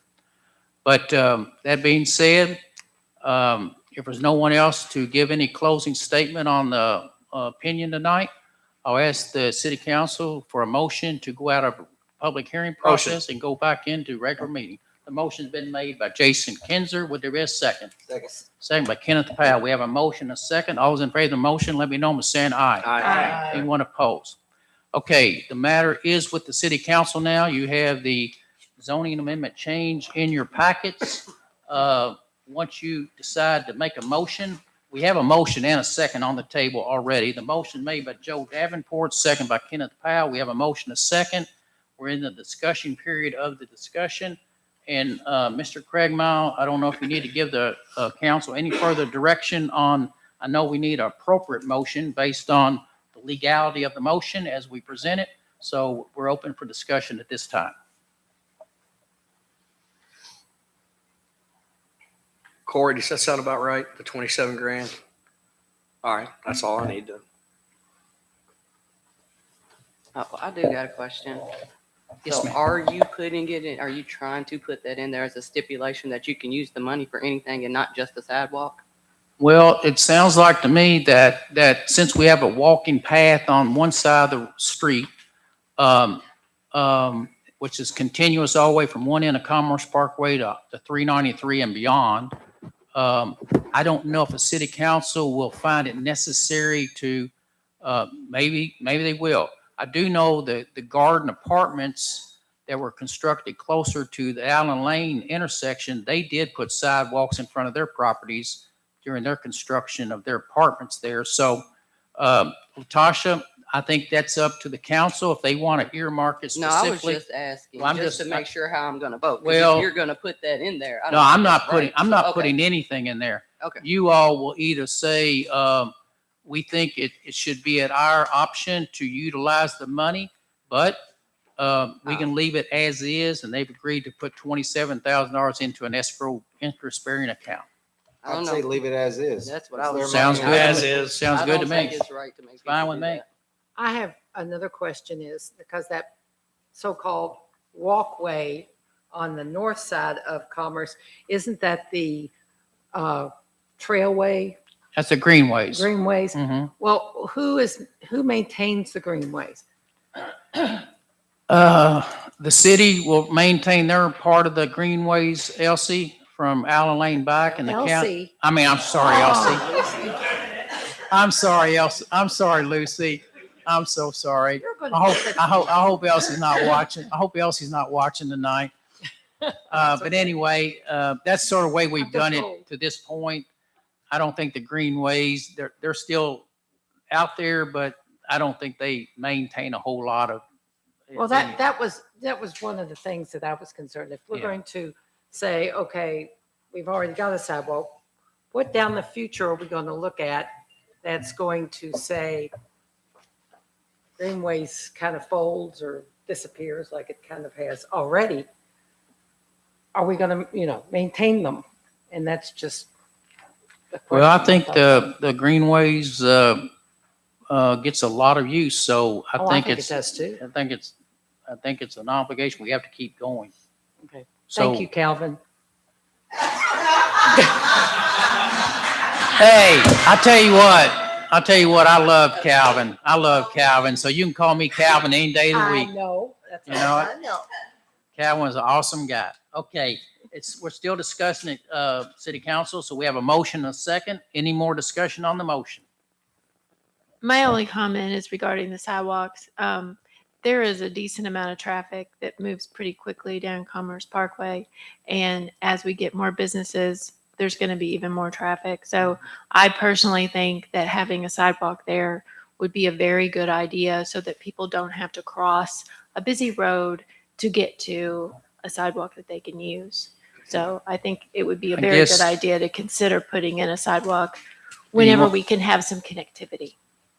Do we need to put anything in the record, or is it just going to be forever that this $27,000 is going to accrue interest? And it just, at what point in time could the city council say, it's not going to happen? So I think that was the question that I was is asking. there an is ending because, date to the agreement? We've got, I mean, said 20, there's a 20, years 25 years or what? I mean, at the end of the day, I mean, it's, what if 50 years from now, there's nothing, none of us are I won't probably be going to here. see that, but if you put a timeline on it, you're going to know within 20 years. I mean, and at the end of the day, if we don't do anything within 20 years, it's still their money. I would just like somehow, because what happens a lot of times with these is that, okay, we say that today, and then 10 years from now, when we have different mayor, different council and everything, and that kind of gets lost in, that stipulation kind of gets lost in the shuffle. And that happens. You think, oh, we could do that? How do you keep that alive for the future councils and mayors? And we just have an escrow account that specifically says what it's to be used for. And But then what if the city and the mayor, they're not aware of that escrow account? Well, I would hope they'd have somebody like Cindy who can look at numbers and spreadsheets and give financial advice in the future. Yeah, is it going to be in this? It would be in the city's name, from what I understand, right? Beneficiary. As Okay. beneficiary, okay. So it would be in the financials. How do we go about releasing them to say, hey, thanks, we're never going to build a sidewalk here? I don't know that that's wise to say that 100 years from now you want to need a sidewalk. The building's Somehow will not walking be on there it. by then. At some point you probably will. Well, and also the walking bridge that we're talking about is going to come around somewhere around there. So we may need the sidewalk at that point too. So I don't know. I think it's pretty generous for them to throw I do the too. I money think in it's a there. very generous offer. So I like the point is, we can use a sidewalk, but the question is, do we put any timetable on it or just leave it unknown? That's the question. I think So- it just needs to be left unknown. Okay, it's unknown. So we have a motion, not a motion to do that, but I think that's the consensus of the council, leave it unknown. And we have a motion and a second to approve the amendment tonight being presented. Mayor, do Any we- further Do discussion? we need any specific language? I know you mentioned that you were going to ask Mr. Craig Miles since it's a public hearing in this situation. I didn't know if we needed the motion to be a specific wording. Yes. Yes, sir. Every motion to approve a zoning map amendment requires to state your findings. Joe's gonna need to put that, and- Joe's gonna need to put that in his motion, because he's got the motion on the table. So, He's got a Joe, motion. Well, you need he to, needs to state his findings required by statute and state the reasons for the motion. And if you look on page 2 of the application, it gives you all the language verbatim of what you need, such as, for example, you could say, you Yeah, all gotta you need- give one reason. Well, written findings, recommendation, approval of proposed zoning map amendment C3 consists with the goals and objective of the comprehensive plan when rezoning is appropriate due to changes to the economic and fiscal nature of the area.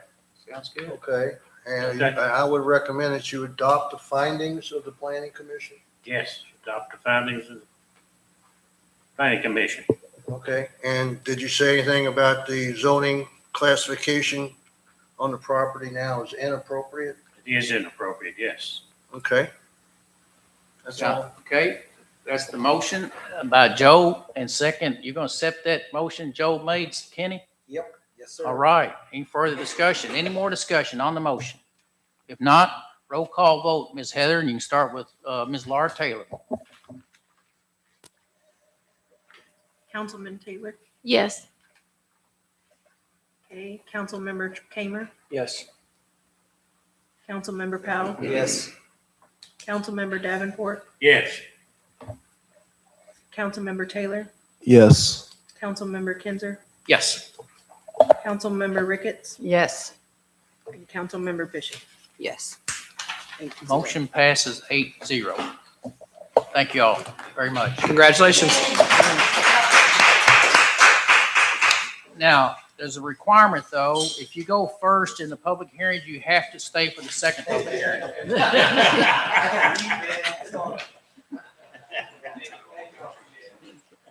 Okay. Does anyone want to take a 5 to 10 minute break real Yes. quick? All right, let's break and then we'll get into another one and we'll be about finished.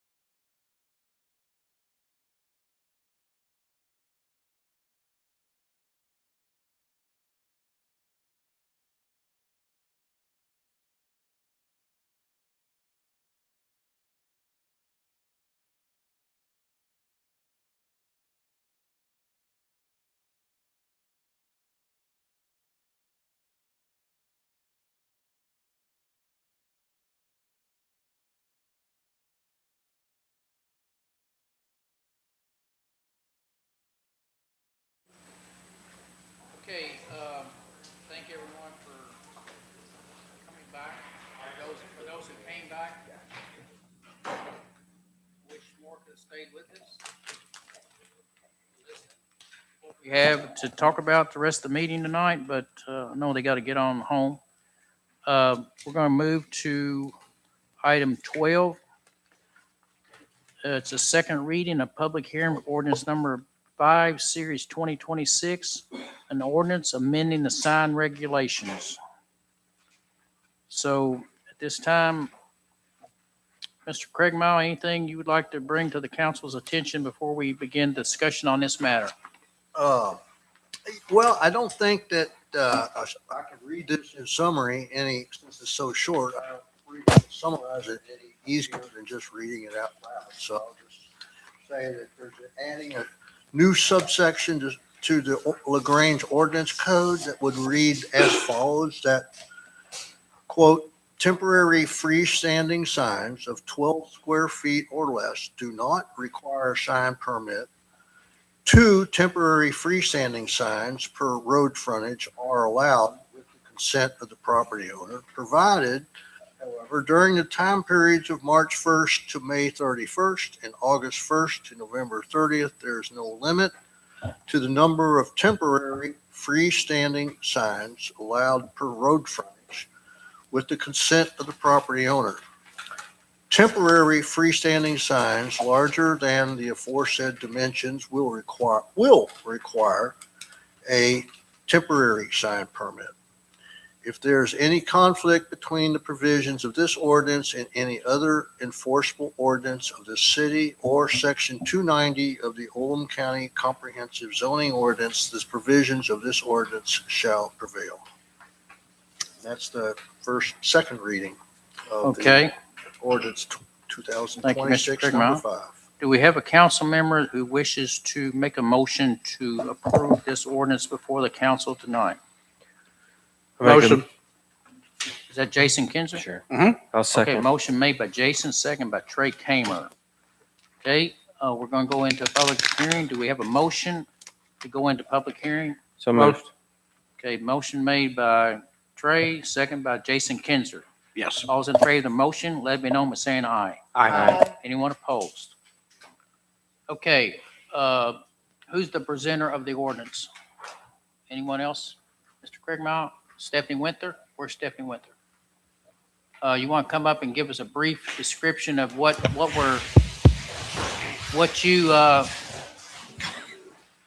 you feel the public and the council needs to understand in the event this ordinance is passed tonight?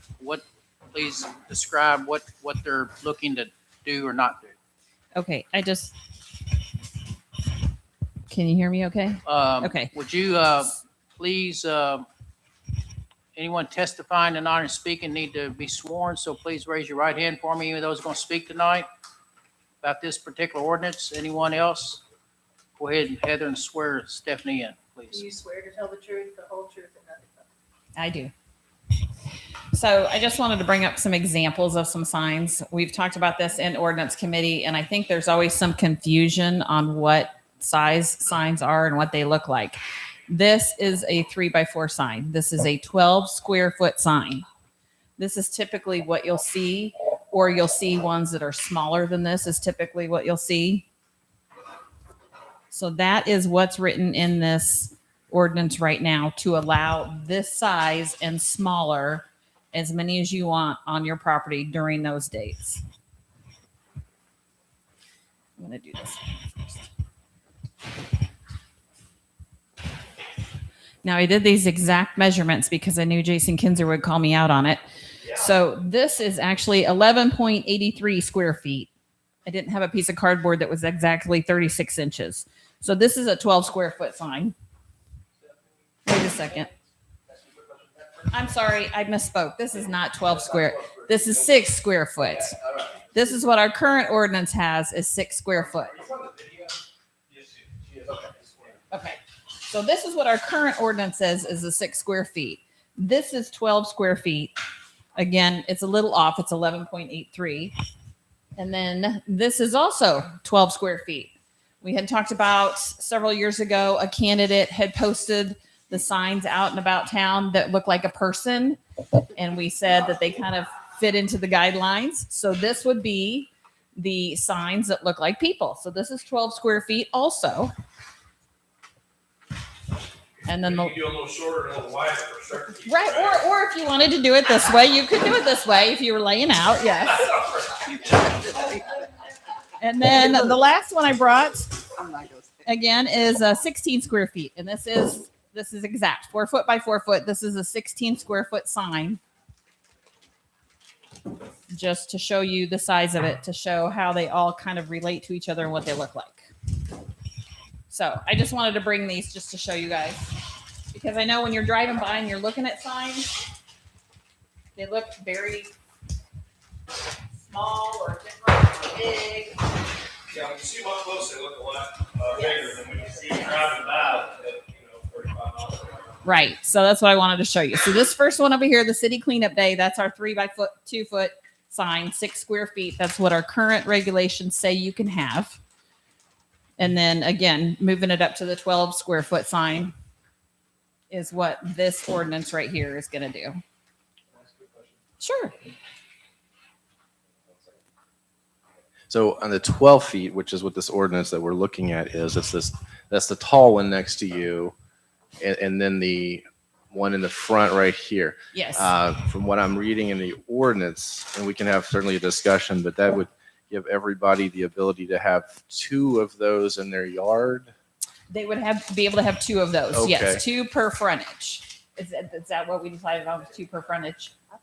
So if you're on a corner lot, you'd be able to have 2 in front and 2 on the side. What about businesses as well? Except that in that period of time. Right, the period of time you can. in that period Could of be time, any number. you could have any number of it, and that would include across the board anybody. Any number? Okay. So I any misread business, that. any residence, any address, you would be able to have as many as you wanted. Two per frontage and as many as you want otherwise. And what about businesses? The same? Same thing. Same thing. And this is for 7 months out of a year. Is that, That's am I what's reading proposed. that right? Yes, that's correct. All That's right. what's proposed. That's all I have. Thanks.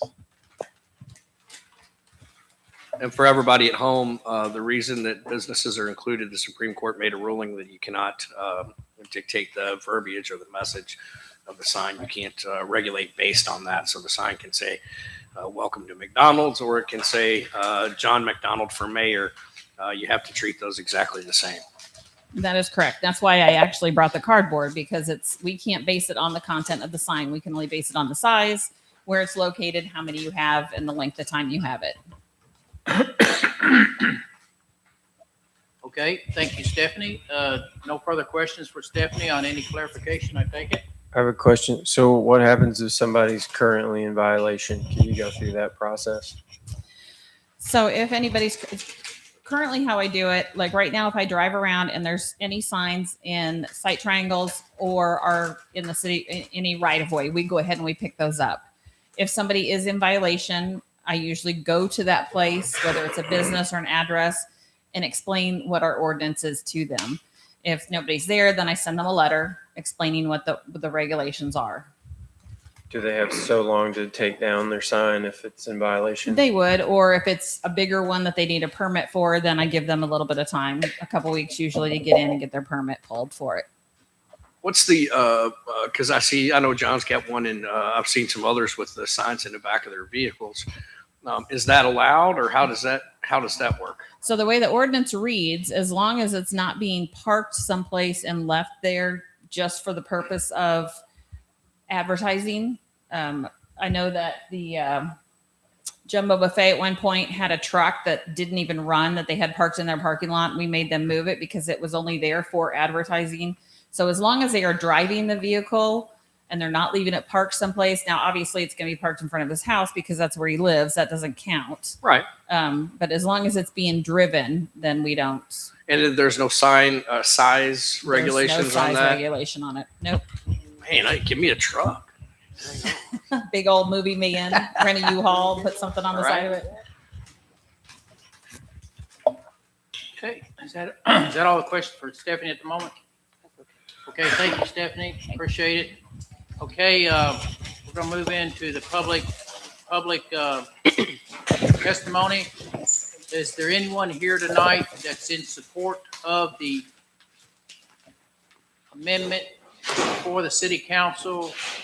If you're here tonight to support it, please come forward and let us know that you're in support of it. Nobody here is in support of it. Anyone here definitely opposed to it? Are you here tonight? No one opposed to it. Okay. Closing statement by the person supported. No one here, so we won't get that. No one opposed, so we won't have that. So I'll entertain a motion. We close the public hearing. Here. Motion made by Jason Kinzer. I'll second. Second by Latasha. Thank you, Latasha. Any further discussion on the motion to close the public hearing? If not, all's in favor of the motion, let me know by saying aye. Aye. Anyone opposed? Okay, we have a motion and a second on the table to approve the amendment before the council tonight. Any further discussion? Any further discussion? I think this is a really long period of time when we can allow a lot of signs in our city. I'm a little bit concerned about our city looking tacky with any number of quite large signs on every property for 7 months out of the year. That's more than half of the year. I understand that candidates want to get their message out. However, to encompass that much time, I think is too much. I know that there's early voting at the very beginning of April. Most of those early voters are not even going to be able to see the signs because the requirements to vote early are that they are going to be working out of the county on the voting day, or they're incarcerated, or they're in school out of the county, or they're ill, so possibly in the hospital or homebound. Most of the people that would be seeing those signs or would be voting would not even be seeing those signs. So I think it's just too much time to allow that many signs. Okay, I do got a question. Like you said, I think that's too much time. Can we change the period of time today and still vote on it? Or is that enough? We could make a motion to amend it to reduce that period of time. And still. Does that constitute a change, too big of a change, Beach? That changes a Okay. material, that's a material change. Latasha, I was looking at this actually, and I had seen the previous temporary sign ordinance from 2024. Now, it said April 1st and May 31st and September 15th and November 14th. And there were some, I think, concerns last time about that.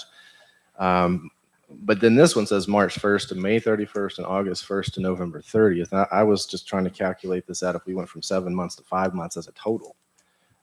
If you did March 15th to May 31st and September 1st to November 15th, that's a 5 month instead of 7 month. And then essentially it gives you 2 months prior to the primary, 2 months prior to the general, 2 weeks after those elections. So it seems consistent, but that's what I would recommend.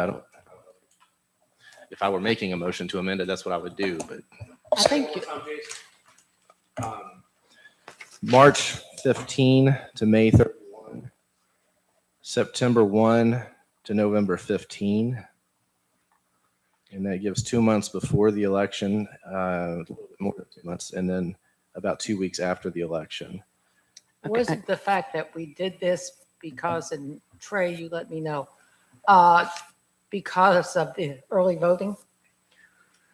That was my recommendation, was because of early voting. I was also trying to make it easy to understand by the public. So it was just the first of the month. Also easy to understand by code enforcement as just the first of the month, instead of having to actually look at the ordinance every time to try to say, okay, what does it say? Oh, it says the 15th or 13th or whatever. It was just to make it easy to understand.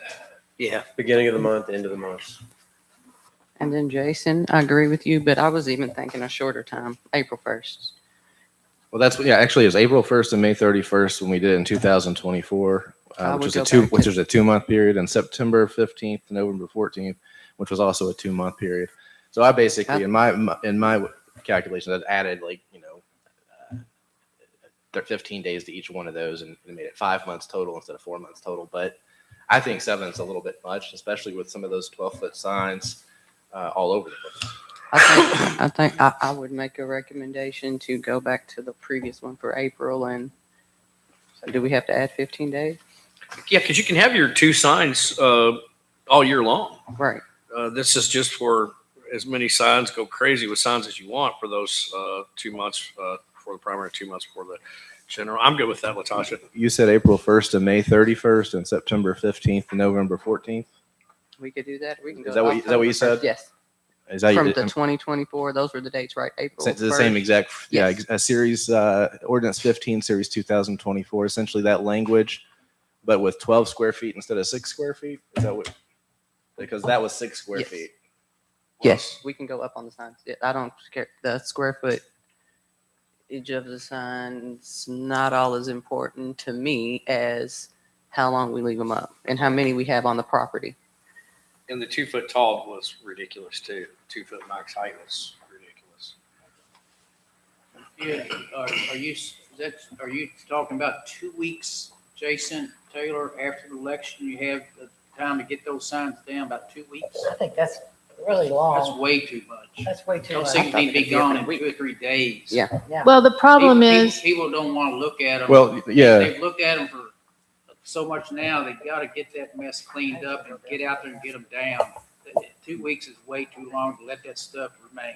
Mayor, I was just saying the proposed ordinance before us tonight, Right. Before we make any changes, if we do, actually has them up from March 1st to May 31st, which is actually, 2 weeks, about 2 weeks after the primary. And the November 30th is when it would end, which is like a month after the general election. I'm not saying I agree with that. I'm saying that's what it says on here. Right. well, the problem that we've discussed in ordinance committee is that the day for the primary and the day for the general election moves. It's Exactly. not always the same time, but you don't want to have your dates moving in your ordinance. Right. So that's why we had discussed those dates to allow for time after the election. And then you're not moving your dates around every year. It was just easy to understand by the public and easy to enforce by code enforcement. I agree with what everybody's saying. I don't think you should have your political sign up for 2 weeks after your Yeah, that's kind You want to race, get them but, down as soon yeah, as you can. Right. How do they set the election dates? What's the latest date that could be set in May and then in November? The general election, I think, is always the first Tuesday in November. After the first Monday, Oh, so it could be, Thank you. from November 2nd to November 8th, basically. Okay. okay, so November 8th is the latest. What if could we put some language in here that would say from April 1st until 1 week after the primary, and from September 1st until 1 week after the general election without actually specifying those dates? Yeah, that would make sense. better. Yeah, that might be I like good. that. That's That better way, than end date. I was wondering about that, That's when we sensible. talk about these specific dates, but I think we made it where it's so many days thereafter, that would be good. Because then Mr. Kamer was talking about the first, would be April 1st would be the beginning of a month, and then September 1st, the beginning of a month. But then it would just be a limited time period after the general election and the primary, like a week. If we did that, it might maybe compromises some of the issues for everybody. What if you started on the first of those months, but then just had it, you had to have them removed by the 15th or the 10th? That way it's a date that they can put on the calendar, and that's just. What the primary is May 19th, though. How would you? Oh, that's true. In this year, so it was the 26th, I think, one Yeah. time. So it does kind of change in May. Yeah. I just want to add on that it's not just for election. We need to make this Anytime. easy for the businesses and stuff that are going to follow this. Well, that's true. If they're going to put out extra signs, make it easy for them to understand what dates they can do this also. Oh, that's true. Gotcha. So, Well, they'll know when the election is too. I mean, they run a business, goodness. I can figure out when the election is and when's a week after. Okay, let's settle in on a date What if you, before and how many days afterwards? what if you just moved it up, like I think like you're suggesting, instead of March, just April, and instead of August, make it September of 1st of that month, and then just have it end at the end of the month. So that way, if it is a 19th or something for an election, you're not having to kind of guess. So that would that would reduce this by 2 months. So You're So saying we're saying April 1st through May 31st or September 15th through November 15th. You don't want this up all the way to past Thanksgiving. I mean, No. that's too long. I don't really want it either, but I mean, just I think September 15th and November 15th is fine personally. Yeah, I do too, because November 15th is 7 days after the latest we could have So a 1 week. Yeah. general election. okay. April 1st, May 31st, September 15th, November 15th. Is that what you were suggesting? That's what I'm suggesting. Yes. All right, I want one more. Since the latest possible date we can have. Oh, that's just for the general. Never mind. That's not for the primary. The primary is later. Never mind. I'm good with it. so would Jason have to adjust his motion? Do we need to make a motion? I make a motion to amend. Who had the this- first motion? Jason. I don't know if I technically made a motion to amend, but I can. I mean, Well, who had the Ms. first Taylor can do motion? I did. Jason Okay, Kinzer we need to back that off and then start with the new motion. All right. I'd like to rescind my previous motion and start a new one. New motion being we change the dates from April 1st to May 31st and September 15th to November 15th. Okay, there was a motion by Jason. Who seconds that? I'll second. Second by Laura Taylor. Any further discussion on the motion? Heather, roll call vote. Did you say April 1st? I'm sorry. Yes. Okay. April 1st to May 31st, September 15th to November 15th. Okay, thank you. Roll call vote, please, Heather, and let's start with Tasha. Councilmember Bishop, Yes. Councilmember Ricketts, Yes. Councilmember Kinzer, Yes. Councilmember Taylor, yes. Councilmember Davenport, Yes. Councilmember Powell, Yes. Councilmember Kamer, Yes. Councilmember Taylor. Yes. Okay, motion passed 8-0.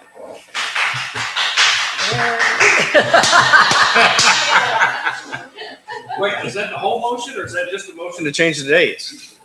So No, that's right the whole today, thing. where are we, March 2nd? Or something? What is today, March 2nd? Or second. All right. Yeah, So is your you can't, motion? I'm good with it. nobody shall have a sign up in the city of LaGrange until April 1st. So Stephanie, sorry, you gotta go to work tomorrow. They got signs everywhere. You can have up to 2 now, Inside triangles? Inside triangles? just in your Okay. yard or wherever. Because I know you're on site triangles. Unlimited. Okay. Definitely gonna make it revenue. Okay. All right. Thank you all. We're gonna move to item 13. Cindy Albano, would you please come up? Each year we get a letter of recommendation or a letter of what the COLA is for the previous 12 months, cost of living. And we received that letter, and I know Cindy and Heather have reviewed it. So Cindy has a small review report to give to the council before you all consider this tonight. Okay, this is just a summary of what the Department of Local Government issues every month, once a year, in a suggestion for a COLA, cost of living adjustment for mayors in the legislative body. This year, the recommendation is 2.7%. So that would be an increase to mayor's salary and each of you as a legislative body. And What would those new numbers be? for the mayor, the 2.7% increase would be $1,750 added to the existing salary for a total of $66,556. For council members, the 2.7% increase is $18.22 added to the existing $675 for a total of $693.22. And those can go into effect as soon as the next payroll period is processed. They're not restricted to July 1. I did not. I did not forget the 22 cents. I'll begin the discussion on this. Far as I am concerned, if it applies to me, which the notification does, can't help that. But personally, I would resign. I don't need it, and don't need to get it. I know we've discussed this in the past, but if the future mayor coming on at the end of this year would like for us to consider giving this, then the council, I guess, will decide this tonight by a vote. I personally don't I'm not asking for it for myself. I would like to see the council get a 2 cent, even though it's only $18, but that's up to them as well. So, that's just your opportunity. And as far as I'm concerned, you all can vote to choose any way you so choose. Just for historical purposes, I would, and Mayor, while I am the custodian of financials, I appreciate that. However, we have historically given the mayor the COLA increase every year. So I would encourage the council, and my recommendation would be to do that again this year as well, for mayor and council.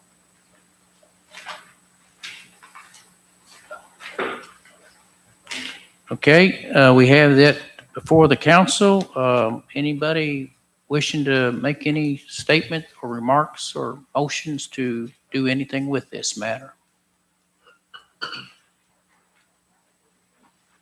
This is difficult when you have to, for your own, vote on for your own. But as I kind of agree with the mayor, I don't need it.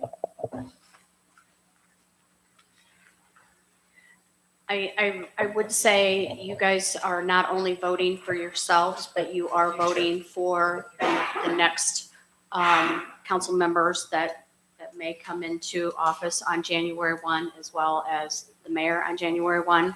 So while only one vote is for yourself and the remaining 7 are for another person, that may also include others that come into office next year as well.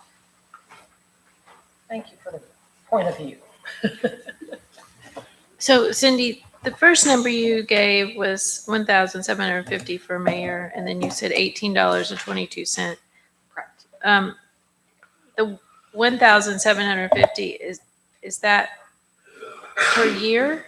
Yes. Okay, because the $18.22. It's 2.7% of the current existing salary. Okay, so is that for a year also? Yes. $18.22? The 18.22 cents is per month.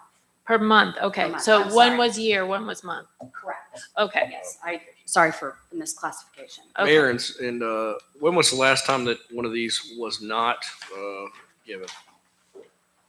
Cost of living to mayor, council, or both? Just curious. The mayor received a COLA increase in 2024, and council actually received an increase in base pay back in March of 2024 as well.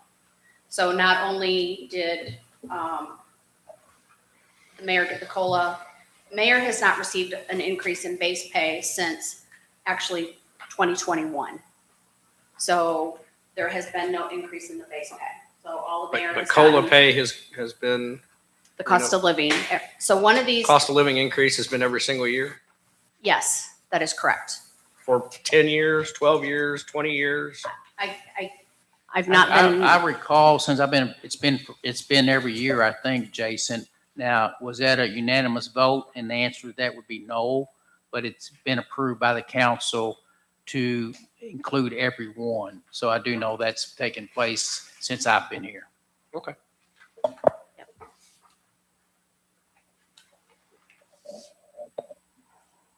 Do we have a motion?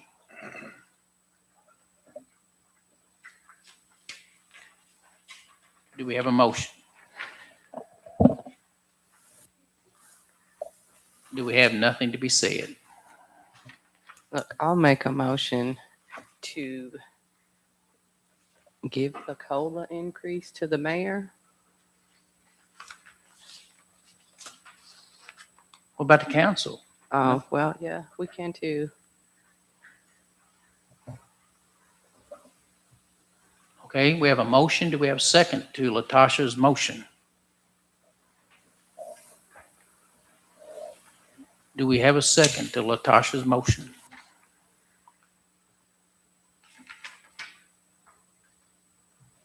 Do we have a second to Latasha's motion? I think that's a no. No, I'm gonna say motion died because we could not get a second. Okay, motion's dead on arrival. Thank you. Thank you. Okay, let's see, what else we have tonight? We have item 14, a reappointment of Susan Bourne to the Tourism Commission for a 2-year term from 3/1/26 to 3/1/28. Anyone willing to make a motion to reappoint Susan Bourne? So moved. Motion made by Trey Kamer, second by Jason Kinzer. Any further discussion? Yeah, which one's Susan? Sorry, I'm old. I forget things. She's one in management, one of our local hotels. Oh, that's right. Okay. Okay. All right. That's right. Thank you. Okay, do we have a motion and a second? Or do we have a motion at all? Yeah, I made the motion to Okay, I'm sorry, accept Trey. Susan We have Bourne. Did someone second that? Okay, Jason Kinzer, we're in discussion. Anyone want to discuss it any further? If not, all those in favor of the motion, let me know I'm saying aye. Aye. Anyone opposed? Thank you all. Okay, director's reports. Looks like we have a couple tonight. One beginning with is Steve Mahoney. Welcome, Steve. Yes, indeed. Short and sweet tonight. So been working since the snow kind of let up here to replace a lot of boards. It's a stack of boards from the Wilburn, Mundo area, the fencing, and putting in some new posts and stuff. So taking advantage of all the moisture in the ground to help set that concrete. And then, of course, down in the bottom corner, that may or may not be me, but that is a skate night. Been very popular. So that's one of the helmets from one of the kiddos that show up to those events. Out at Eagle Creek, you can see the picture there of the advisory board looking at the construction of the simulator. I think that might have wrapped up that last week. Training will happen. That will launch soon. We also have approved 7 sponsorship holes that have been, the contracts have been signed, and the folks seem pretty enthused about that. So we have 10 more to sell. So if you're interested in sponsoring a hole at Eagle Creek Golf Course, get a hold of me here at City Hall. It's $1,000 for both years. It runs from July 1st to 2026 to June 30th, 2028. And if you say you saw this on the broadcast, we'll give it to you for $500 each year as a special. So there you go. So, and then up top is a picture of the Oldham County Parks and Rec website. We will be transitioning to that same booking system. Oh, I'm so thrilled for that. So that'll be great for our folks, our citizens looking to book venues and such. They can see the calendar online, much like booking a hotel. It'll be so streamlined. I need about 7 weeks to launch that. So I'm thrilled about that. Parks Committee approved that. So I'm very appreciative of that. Next skate night will be next Friday night. And then don't forget, we added the April 10th date. So I think that's all I have. So that's it. Okay, thanks, Steve. Anybody have any questions or comments for Steve tonight? No one? Just keep it up. Keep doing good, Just Steve. keep it up, yeah. You're awesome. Okay, thank you, Steve. Okay, Stephanie Winter, we have her to be speaking tonight on her matters within her department. So we can go home tonight. Yes, ma'am. Welcome back, friend. Thank you. It's good to be back. So we sent out 1,600 business license renewal letters last week. That's the most we've ever sent. That's amazing. We also rolled out our online portal last week. So we are now live. In the letter that you get, you with business licenses will see this. You can go onto the city website under the code enforcement tab, and there is a link to click onto the online portal to renew your business license. There's still a little kinks, but we're working them out, but it's been working good and people are using it. So that's great. We have our new office upstairs. It's almost done. It's like 99.9% finished. We ran out of some trim pieces for on the floor, but if you guys ever get a chance, Monday through Friday, 8 to 4:30, we are upstairs. And the beauty of it is now when people come into the city hall and they want code enforcement and they are able, then they get sent upstairs to us. If they can't do the stairs, that's fine. We still come downstairs for them, but we do have our new office up there. You guys are welcome to come by and see it. We're really, really excited about it. And then the final thing I have is City Cleanup Day. Sent out some emails about this. It's April 18th from 10 until 2. We will have the hot dog truck there, so we'll have food. Just bring some gloves. If you're going to come, let me know. We'll make sure to get you a shirt. We've got nice little red shirts that say City of LaGrange Cleanup Day. Unfortunately, my biggest helper, Heather, is not going to be here this year, and Aaron's not going to be here this year. They're both on vacation that week, but we are welcome. You're going to be on vacation too. Me too. But we are welcoming any volunteers that want to show up and help us out. So I'll be there. you'll be there.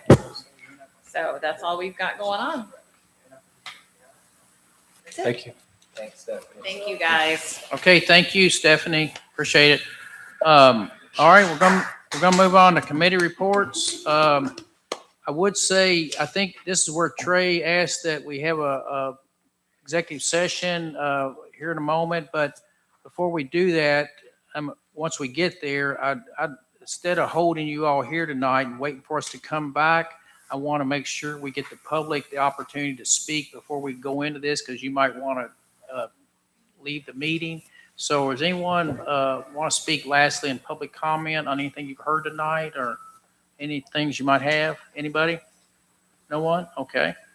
All right. Well, I think as far as the rest of the agenda goes, it'll just be some city business we'll talk about eventually. You're welcome to stay, but I think we had a scheduled executive session on the Parks and Recreation. Is that correct, Trey? Do you want me to give my committee reports? Yes. In advance? Yes, sir. Yes, sir. Okay. So we met on, we had 2 meetings this month, just because there's a lot of stuff to cover, and we still have a lot of stuff to cover. So we met on February 11th here at City Hall. We did cover the booking, or the website booking option that Steve had just presented called MyRec. Had a good overview of that. We covered dam compliance. I think Corey's still here, maybe. Yeah. So we covered the dam compliance, that we need to take some action on one of the dams within the city. And that contract got signed by the mayor. So that was great to get that ball moving. Talked about fence painting, basketball court goal replacement, basketball slash pickleball slash volleyball slash multi-use. So that's the court right on the other side of the wall. Having it resurfaced. I think Steve sent out a notice of closure or maybe posted something. You want to speak to that for a minute? Okay. Because of the resurfacing, the floor is going to have to be not used for a period of time. And then, if you're from your email, we did have discussion on vendor contracts. So we had a lady from the dance organization here, and then 2 ladies from the yoga organization that we have currently in the building. I think you all received. If you want to cover this now, we can. Or Well, it doesn't matter to me, but we can. yeah, I'm fine with covering. If you The want. vendor contracts. Yep, we can talk about it. Let me tell you gym closure if you don't mind. Sunday, April 26th through Sunday, April 3rd. It's 8 days. They'll replacing all 6 goals in the basketball and resurfacing the court. And I could get both vendors together to do it all in that swoop. So least amount of time disrupted. So April 26th through Sunday, May 3rd. Thank you. Okay. Hey, do you want to go over what we decided as a committee first and then go to? Yeah, we can. So we had both of these organizations presented their overview of the service they provide. They do have business licenses. And just in years past, we had talked about whether or not we allow somebody for the service or to provide the service, but to have a reduced or no cost of the space because it's providing a service, but it must stay open to the public. Or do we, I guess there's three options. Either they get to use it for low or no rent. We have them pay the full rental like we would anybody else, or we pay for these services. We pay if we paid for yoga, for example, we would pay somebody to come in, do a yoga class. So just in years past, the discussion was it was almost kind of a wash. But I understand all perspectives as far as arrangements go. So what we intended to do, or I guess the recommendation that came out of this meeting was that we do have some formal contracts set with folks that are providing these services. It must stay open to the public. There would not be a charge for the space. And then we also had discussed, besides the yoga and dance, we discussed some other events that would either happen in this building or on another city property. So I think primarily, keep me honest, Steve and or committee, they were at Springs Park, most of them. Yes, sir. Example would be D Haven hosts the fall festival every November, and basically it provides the programming for us. We can advertise, support that, and then they would use the facility. Yes. Yeah, for the community. Okay. Thank you. Yeah. And so what came out of committee, we did take a vote. So it was 2 to 1. I'm sorry. And just to make the recommendation to move forward. So this is your first opportunity to hear that from the committee. I guess ultimately we've discussed as a council. Right, and I just wanted to make sure it was brought to full council. It was a 2 to 1 vote. I was a no vote, and I wanted to explain why my vote was no. So they have a business license, they provide a business, and they charge the community for the business. They charge, I think the lady said $5 a head. So essentially, you're making money. And she wanted it to be exclusive, to have an exclusive contract. And you get the space for free. But Kentucky law requires taxpayers' funded assets be used for public purposes, not to subsidize private businesses without justification. So they have a business license, providing a business, and charging the community. So they either need to have it free for the community and not charge, and then the space is for free, or you pay for your space just like everybody else. It's $25. It's not like we're breaking over the codes. It's purpose, policy, procedure, fairness, and equality for everybody. So I'm just saying, if I wanted to come in and run my business, take away my overhead, I'm still charging the community. I'm providing a service. Who's to say that I couldn't come in and ask for the space too, or any person in the community that's a taxpayer come in and get free services and make money? So that was my no vote. If I can chime in as a third member of the committee, I absolutely understand what Latasha's saying too. Kind of what led to me being a yes vote. And again, I'll say I absolutely understand Latasha's point. It makes good sense. What we were looking at is Steve's trying to keep the building busy and offer things to the community for health benefits, things like that. So the moving and grooving line dancing and the yoga and stuff, it's not the same as somebody selling cheeseburgers. It's kind of something that's good for the community. It's something that Steve would normally pay somebody to do, to give, just like when we have the skate night, or we have, different things like that. So the ladies who do the business, they charge a pretty minimal amount, $5 or $10 a person, whatever. However, if we get multiple people in here doing it, like Whitney's Move and Groove line dancing, if we don't partner with them, then she's likely to move to Buckner or Crestwood or somewhere else, and she'll take all of her people with them. So people will say, what happened to line dancing? Well, it's down in Crestwood now. So we kind of looked at that, and we listened to the businesses that were here, the yoga and the other. And what our thought was is if we partner with these folks as a way for the community to stay healthy, that was our reasoning and justification for allowing a private business and not doing not charging their rental fee. So again, I absolutely understand Latasha's point as well, but that's kind of where I was and why I landed where I did. Because of those reasons, to keep the community healthy and offer some things for them at very low cost. I'm having to explain my vote as well. I mean, like I said, in years past, we talked about, do we allow something similar to this, or do we actually pay somebody with our own funds? They're not charging very much. I felt like it was a wash in a roundabout way. Either we're going to pay somebody $200 a month or whatever to come in and do some of these services. You know, they are trying to bring people in. I know we're specifically talking about the dance and yoga, but all of these other places as well. You know, there are a couple of churches that had requested to utilize our space, like we talked about at Springs Park. So,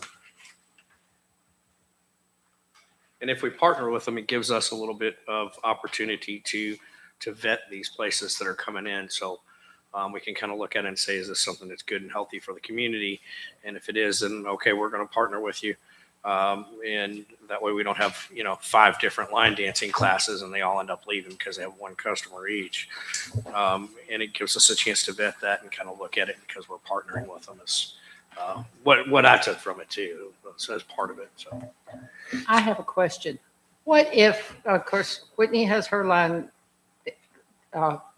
dancing. What if someone else comes to you and says, well, I want to do some line dancing? They did. can't, we're partnering. So if you partner, it's a whole different thing. So, but what if they say, well, that's not fair. Let me tell you about what I do. I want to partner with you too. When we talked about that, that was a concern. That was. Somebody did want to do line dancing. That's when we decided they want to do exclusive contract. So you have a contract, so the city has a contract with Whitney. Yes. The Parks Committee recommended so 2-1. So if y'all want to take go ahead, the Steve. vote, then Yeah, the situation I got into was I inherited these 2 groups are here, and Right. one group was not paying, and one group was paying. And in my mind, I immediately said, okay, we got to streamline it. Hate me, but I want to be fair. So I stopped charging the one group that was paying because in my mind, it looked like they were providing a service and programming for me. So I thought that was a win. As we kept going down this rabbit hole, I advertised these 2 groups as activities. I'm like, we need to get something that firms this up as a partnership because next thing I know, I'm going to have Bob's Flea Market in here and they want to be on my weekly calendar. There had to be some system to it. So that's what spurred all this for me, for one, because I don't think I should have the right to make that decision by myself. So I should go to Parks and decide, do we want to partner this group? Are they providing a service? Is it a wash? So my objective in all this was to put formality into it and to protect everybody. And that way I'm not turning down a random whatever. Anybody can rent the place and host a line dancing class. I just needed clarification on who I was going to advertise as an official partner. So that was my thought. I'm sorry. Somebody still wants to come in and host a line dancing class, even though we have a vendor contract with Line Dance by Whitney, they can do it. As long as they pay the fee. I thought we talked about not doing that. Well, as far as Whitney's, we said Whitney was our Preferred vendor. Yeah, preferred official, vendor of and it. it had to be open to the public. Now, if you wanted to rent the gym and do line dancing with your whoever, Yeah, I then can't. you could do that, and there would be private event. Yeah, it'd be a private event. I can't stop anybody's private event. I don't. I'm just asking, so if They want to do line dancing and come and pay, no matter if Whitney's doing line dancing or not, and we have a vendor contract, they can come in and do their line dance. If they're paying I'm for just this. making sure that's right. No, I mean, listen, I agree with, I've told you before all this, I agree 100% what you're saying. I appreciate you doing all this I'm due just making diligence public because service I am, announcement. I'm just making sure everybody is aware of the whole situation. no, I agree. Because I want to make sure we're all in the best space because I can't feasibly. So I tried to break it down with the yoga folks. They said they charge $150 an hour if they do it privately. They would give me a deal, maybe $100 an hour. So I'd have to have 10 people show up to break even on the $10 a head they charge for yoga. Line dance is $5, I believe. So that's 10 people you need to show up. They may have 3 show up. They may have 7 show up. And then I'd have to hire a monitor for the building. And they get a minimum 3 hours of pay, $60. So I'm already at $160 for an hour class, right? So I'd have to have 16 people here just to break even for that thing. So I don't know what the right answer is. I just want something that's unified and just cut and dry. Yeah, it's not an easy. I just want to be fair about it. Okay, I just want to make sure, since we partner with Whitney, Correct. no problem with that. So if somebody, Joe Blow comes in and wants to do line dancing, you advertise for Whitney because we're partnering. But Correct. you wouldn't advertise for him. I advertise for Whitney, and she's not currently, as of right this moment, me speaking, she's not paying to use the facility because it's a trade because she's providing a service for Parks and Rec. Right. It's a trade of service. Okay. A trade of service. Right. So if It's a barter agreement, I think was the legal term that was used. So if Joe Blow comes in and wants to have a line dance, he can advertise it. It's going to be here. He can advertise it, but you don't advertise. What will happen is, because that's happened before, we've had a vendor fair on a Saturday, and Stephanie's asked me, what's going on? I've seen all over line there's a Christmas vendor fair. I said, I don't know. And then we researched the date and the time. I said, yeah, so-and-so has the place here for 6 hours. I don't know what they're doing. Stephanie will track them down and make sure they got a business license or whatever she does, but I don't know what people rent the facility for, as long as they pay on time. Hi. So Okay. I'm not sure what the right answer is. I just Yeah. want a system that's fair. So Steve, Yes. when Whitney or the yoga group, when they are here, you do not have a monitor that you're paying? I have one, I don't for yoga because yoga overlaps with current events regularly, but like they do a Saturday morning, 8 a.m. or 9 a.m. class, and there's not a monitor here. They have a key card they can buzz in and they wait and take all their people upstairs.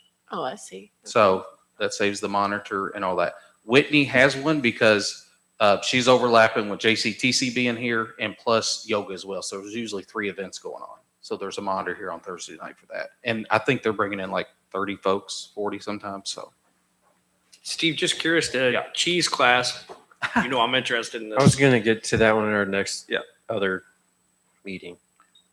Before we get there. Is there a charge on that as well? Before we get there, the committee makeup is just to review situations, try to vet them out, and bring their committee recommendation to the actual council. Committee is just a portion of the entire city council. So it's the council's ability to suggest as a body of the whole to make a decision.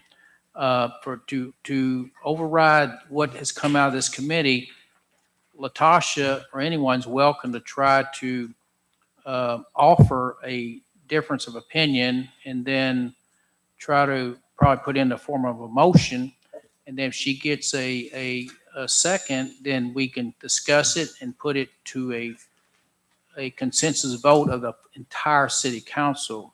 I don't know if Latasha wished to do that or she just wanted to make a point and provide her reasoning for being the dissenting vote coming out of committee. Is that what you want to do, Latasha, or no? That's fine. I can just make the recommendation. It's public service announcement. If you want to run a business at the city, come and ask for a space for free. As long as you're providing a service. Why not? We ain't got to make a motion and vote. Okay, all right. Thank you, I'm Steve. glad we get to put this on the full council's shoulders because we were all talking about it like, well, what about this? Well, what about that? Well, we What didn't put, about this? well, let's put it on the full council shoulders. I make a motion to vote, for the full council to vote if they want to do vendor contracts and make the space for free for line dancing and yoga.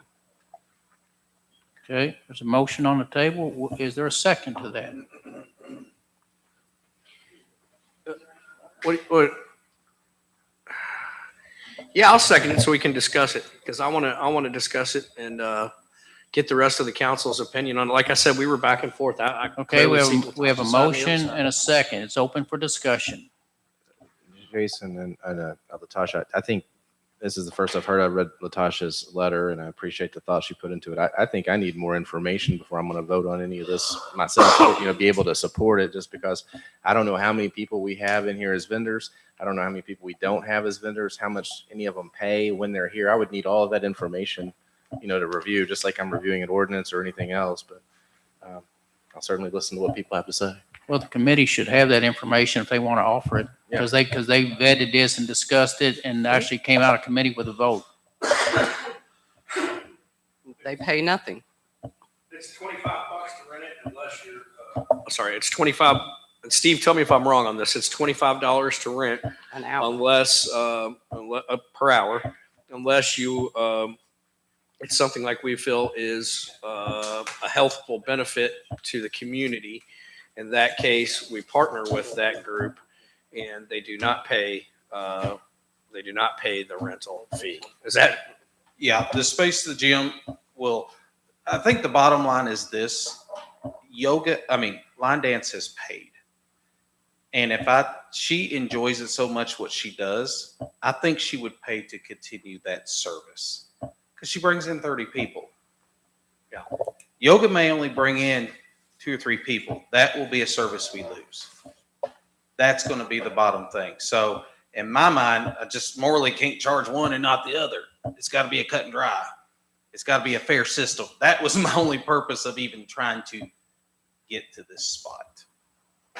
Yoga is doing 4 classes a week. They probably have a consistent 2 or 3 people that come. They're not getting any more than 10 people because I know the room they use. It's not that big, so I don't know the right answer. It's like if I want to host a basketball camp and I can pay a guy to come in and host a basketball camp for $500, or I can say, hey man, host a basketball camp for me and you could charge $5 a head. He's going to work his tail. I don't know. I don't know. Okay, we're in discussion. We have a motion, a second. Any more discussion on the matter? Yeah. Do you guys have any thoughts, Laura or Kenneth? Joe, you guys You have gotta any have a thoughts on business it? license to do that, correct? Yes, they have a business license, and they've had that through Stephanie since well before me. And then actually, we did get clarification from Beach that our park and rec waivers that we sign for everything around here, since they have to have their own insurance. Yoga already had their own insurance, and Line Dance went out and got it the next day and already provided me proof of that.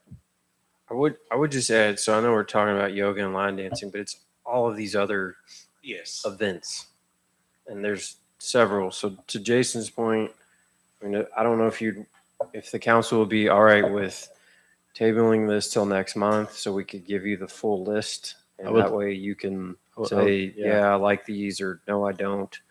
I guess our intent was going forward, month over month, if there was a new one that said, hey, 6 months from now, I want to partner with you guys for X, Y, and Z, then we would hear that out, we would vet it, and then we bring it to you guys and see if you like that or not. So, I would prefer not to override Latasha, but if we tabled it for a month, we gave you the list, you could look at it, have time to think it out. At this point, if I vote yes or no, I don't even know the difference in what happens, with all of those things, if, depending on my vote. So that would be helpful. Thank you. Okay. I can gladly provide you all a list of everybody that we approved this last meeting, because it was just kind of happening places and I really streamlined it. So it may look like you're going to get an email from me with all this list that's going to like, holy smokes, there's 25 people. No, because I put the work in the last month and a half organizing it to get these people. some of these people have signed the contract, but there's also a clause that says it's revocable anytime by the city. So, I mean, I'm not worried about that. So I will work on that in the next 48 hours, get y'all a list of who it is, what the partnership was, and what their terms were. And I think it's important to say both yoga and line dancing. They said if a bunch of people come in here and start doing the same thing and they feel like there's too much competition, they would leave and go somewhere else. If there's 5 different people all coming in and trying to do line dancing and stealing their customers, they're going to bounce and go somewhere else. Both and yoga said that as well. That they just as soon go somewhere else and do the same. Okay, sounds like to me y'all would like to place this on the table. I guess and I'll make the motion that we table Latasha's motion until our next regular scheduled meeting, which is April 6th. I'll second. Okay, we have a motion, a second to place this on the table. All those in favor of the motion, let me know. I'm saying aye. Aye. Aye. Anyone opposed? Okay, sounds good. Okay. Okay. So then we met again on February 23rd at 309 West Main to continue discussion over vendor contracts. So there was one that was brought up there specifically about cheese making. Just to give you an idea of things that are coming across Steve's table, and then he's bringing it to us, and then we'd ultimately bring it to you. But it was a cheese making event. Like that could be part of your information received from Steve, but that one passed 3-0. And then we also had executive session KRS 61.810B. Deliberations of the future acquisition or sale of real property by a public agency. We went in, had discussion, and then came out, and then ultimately we made the motion to bring forth the executive session to full council, and that passed 3-0. So that was that meeting, and that's the end of the reports that I have, unless committee members, you want to add anything else. Anyone I else have thought we anything? talked to about not making no action at all, no motion or second on the executive. We didn't take action other than to bring the executive session to the council. That was that was it. All right. That's correct. Okay. Did you want to move into the executive session now? Unless committee members, you have anything else you want to add, then if you don't, I'll make the motion that we go into executive session, KRS 61.810B, deliberations on the future acquisition or sale of real property by a public agency. Second. Okay, we have a motion, a second. Any further discussion on that? If not, all those in favor of the motion, let me know by saying aye. Aye. Anyone opposed?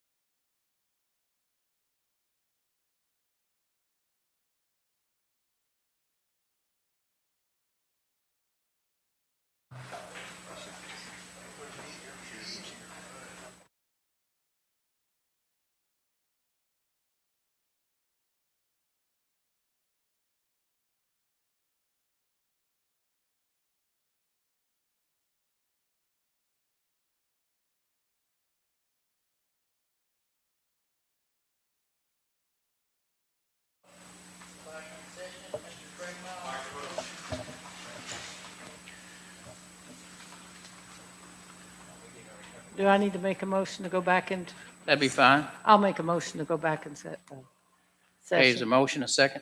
Second. Those in favor of the motion, let me know and say aye. Aye. Anyone opposed?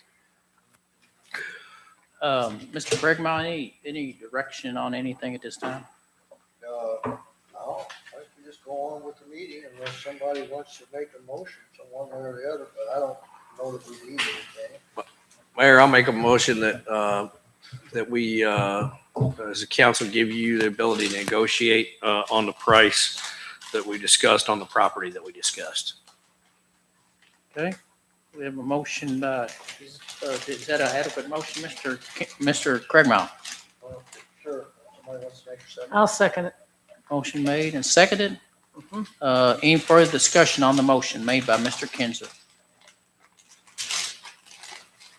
If not, all those in favor of the motion, let me know by saying aye. Aye. Anyone opposed? No. No.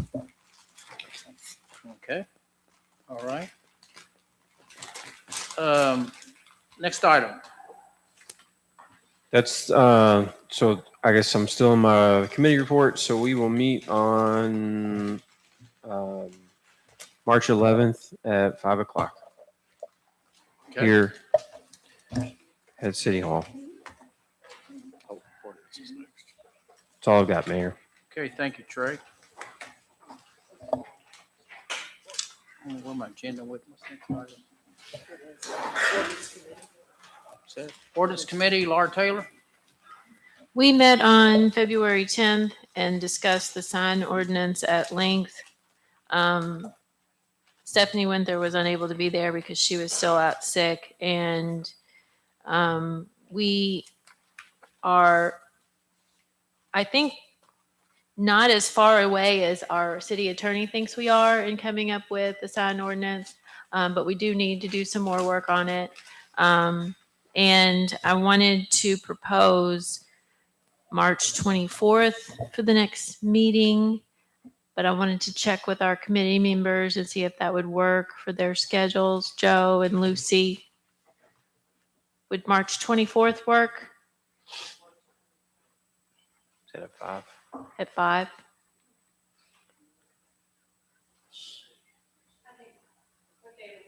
It's a Tuesday. Okay. Joe, does that work for you? March 24th. Yes.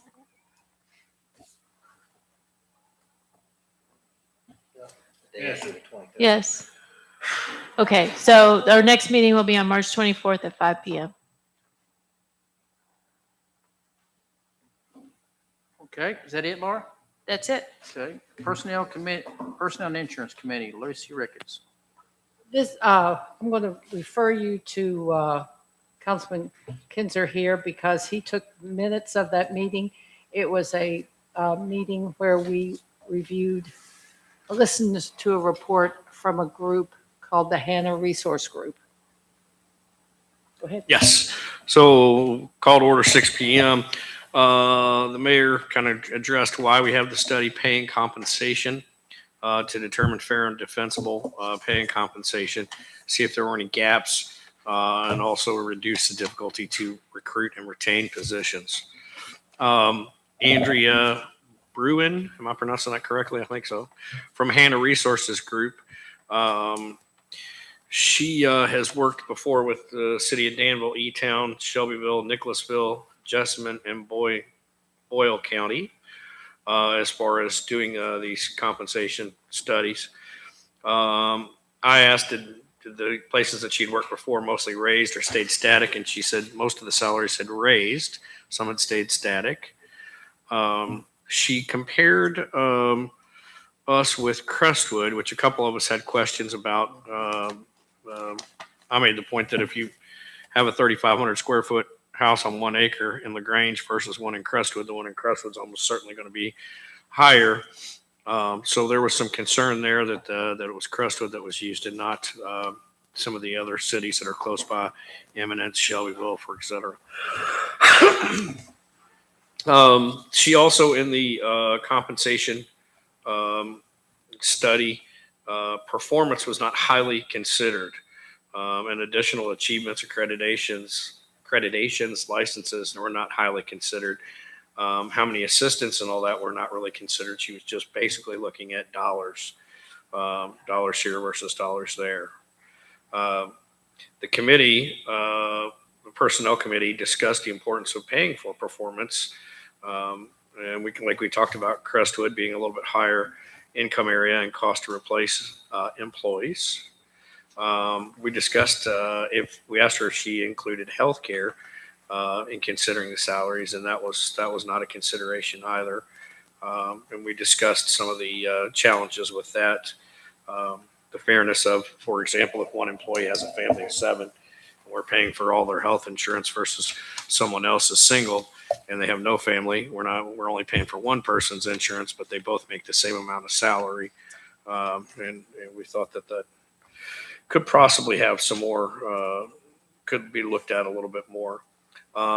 There were a few positions, and I'm not going to announce publicly, that she thought were low compared to others. I think it was 3 total positions, 3 or 4 that she thought were low compared to the others. We have at least one other appointment available with Andrea if we want to bring her back to discuss more. But it was there were a lot of people there, a lot of directors and employees showed up. So it was a good meeting. I think a lot of questions got asked. We learned some things about compensation and all that, and cost to replace employees. And I think That was pretty much the meeting. And then the 3 of us who are on the committee decided to meet again. We're meeting next Monday. March 9th, yeah. No, we'll have the one on the 9th and the one on the 23rd. The 9th is basically just to review what we learned here and what we're going to maybe present closer. Because this was a large open meeting and we didn't have a chance to really discuss it among ourselves. So that's why we're doing it tonight. And then I do got a question on the 9th. And Mayor, does Everybody's still KLC able to put come, out? right? They had mentioned something that KLC puts out a guideline as far as what each position is paid throughout the state. Is that? We do get one of those every year? Can we get that? So that we can compare that to what Andrea was saying and kind of take a look? Yeah, and then when are we gonna get the full report of this? And then can we get both of them at the same time so we can compare them? Because we haven't gotten the full report We yet. haven't gotten it yet. It's just this. That's to be handed to you all in advance, the personnel committee, to get ready for these meetings. Okay? So, yes. Everything that you feel you need in preparation for either of those meetings should be obtained. We will need that for the 9th meeting on the 9th. I assume we are, Yeah. yes. Where are we going? 309? Okay, we're at 309. Is it? Okay. At 5:30? At what? 5:30? I think it was 5 or 5:30. That was 5. 6 p.m. is what we decided. Okay, well, And we did decide on at 309? Yeah. For sure? You got it booked? All right, thank you. 6 o'clock. Personnel, okay. Like that's all we got. We've got quite a few things that we need to wrap up. And then this came in, so we're going to be discussing this on the 9th, and then after the 9th, we'll decide what the discussion is about the employee handbook.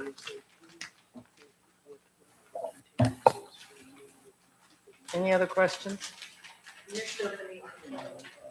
23rd, yeah. Thank you. All right, that's all we got, Mayor. That's it. Okay. All right. That was personnel committee. So if you're all finished there, we got a public comment. Anyone here still yet want to speak publicly?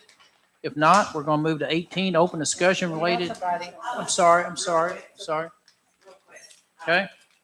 I've been thinking a lot about this, and I just wanted to mention it before you all vote next month on activities here at the community center. it's important that you look at the definition of what is a community center, because this is what we call this, a community center. And a community center is a place that we offer residents, seniors, all those things, different activities. So keep that in mind when you're talking about a community center. I think we're missing that, and I just want to point that out. Thank you. Okay. Steve be booking this place like the Ritz Carlton, man. Steve's got this place packed like the Ritz Carlton, buddy. Okay, open discussion related to any old business. Anyone want to bring up anything that's old that you'd like to revise and get some discussion going on it? No one? Okay, let's go to 19. Any discussion related to any new business that the city council would like to? One thing, Mayor, just very quickly. I had a message with somebody, her name is Benita. I think you may have spoken with her. She had some concerns about, and I don't know that we have anything that we can actually do as a body, but she wanted me to bring it up. The Oldham County Fairgrounds they've been very loud. It's been very excessively lit up. And she said she spoke with you about her concerns and that you had told her that you would, look into it and get back with her. But I did tell her I wanted to just mention that on the record. I don't know if you had any update or anything, but I did want to bring it to your attention on the record.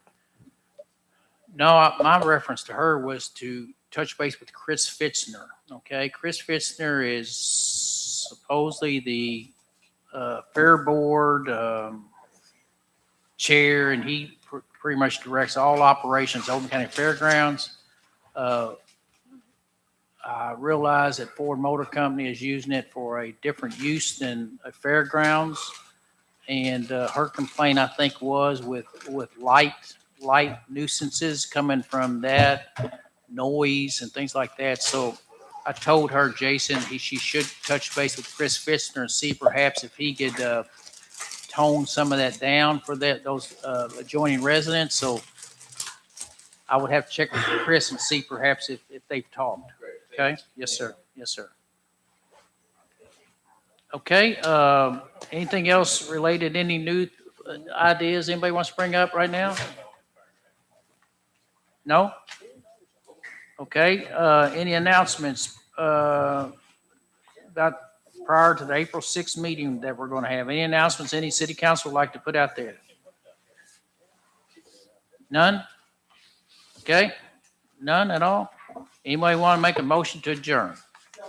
Second. Motion made by Lucy, second by Jason Kinzer. Any further discussion? If not, all those in favor of the motion, let me know. I'm saying aye. Aye. Anyone opposed? I Man, we thought got so too.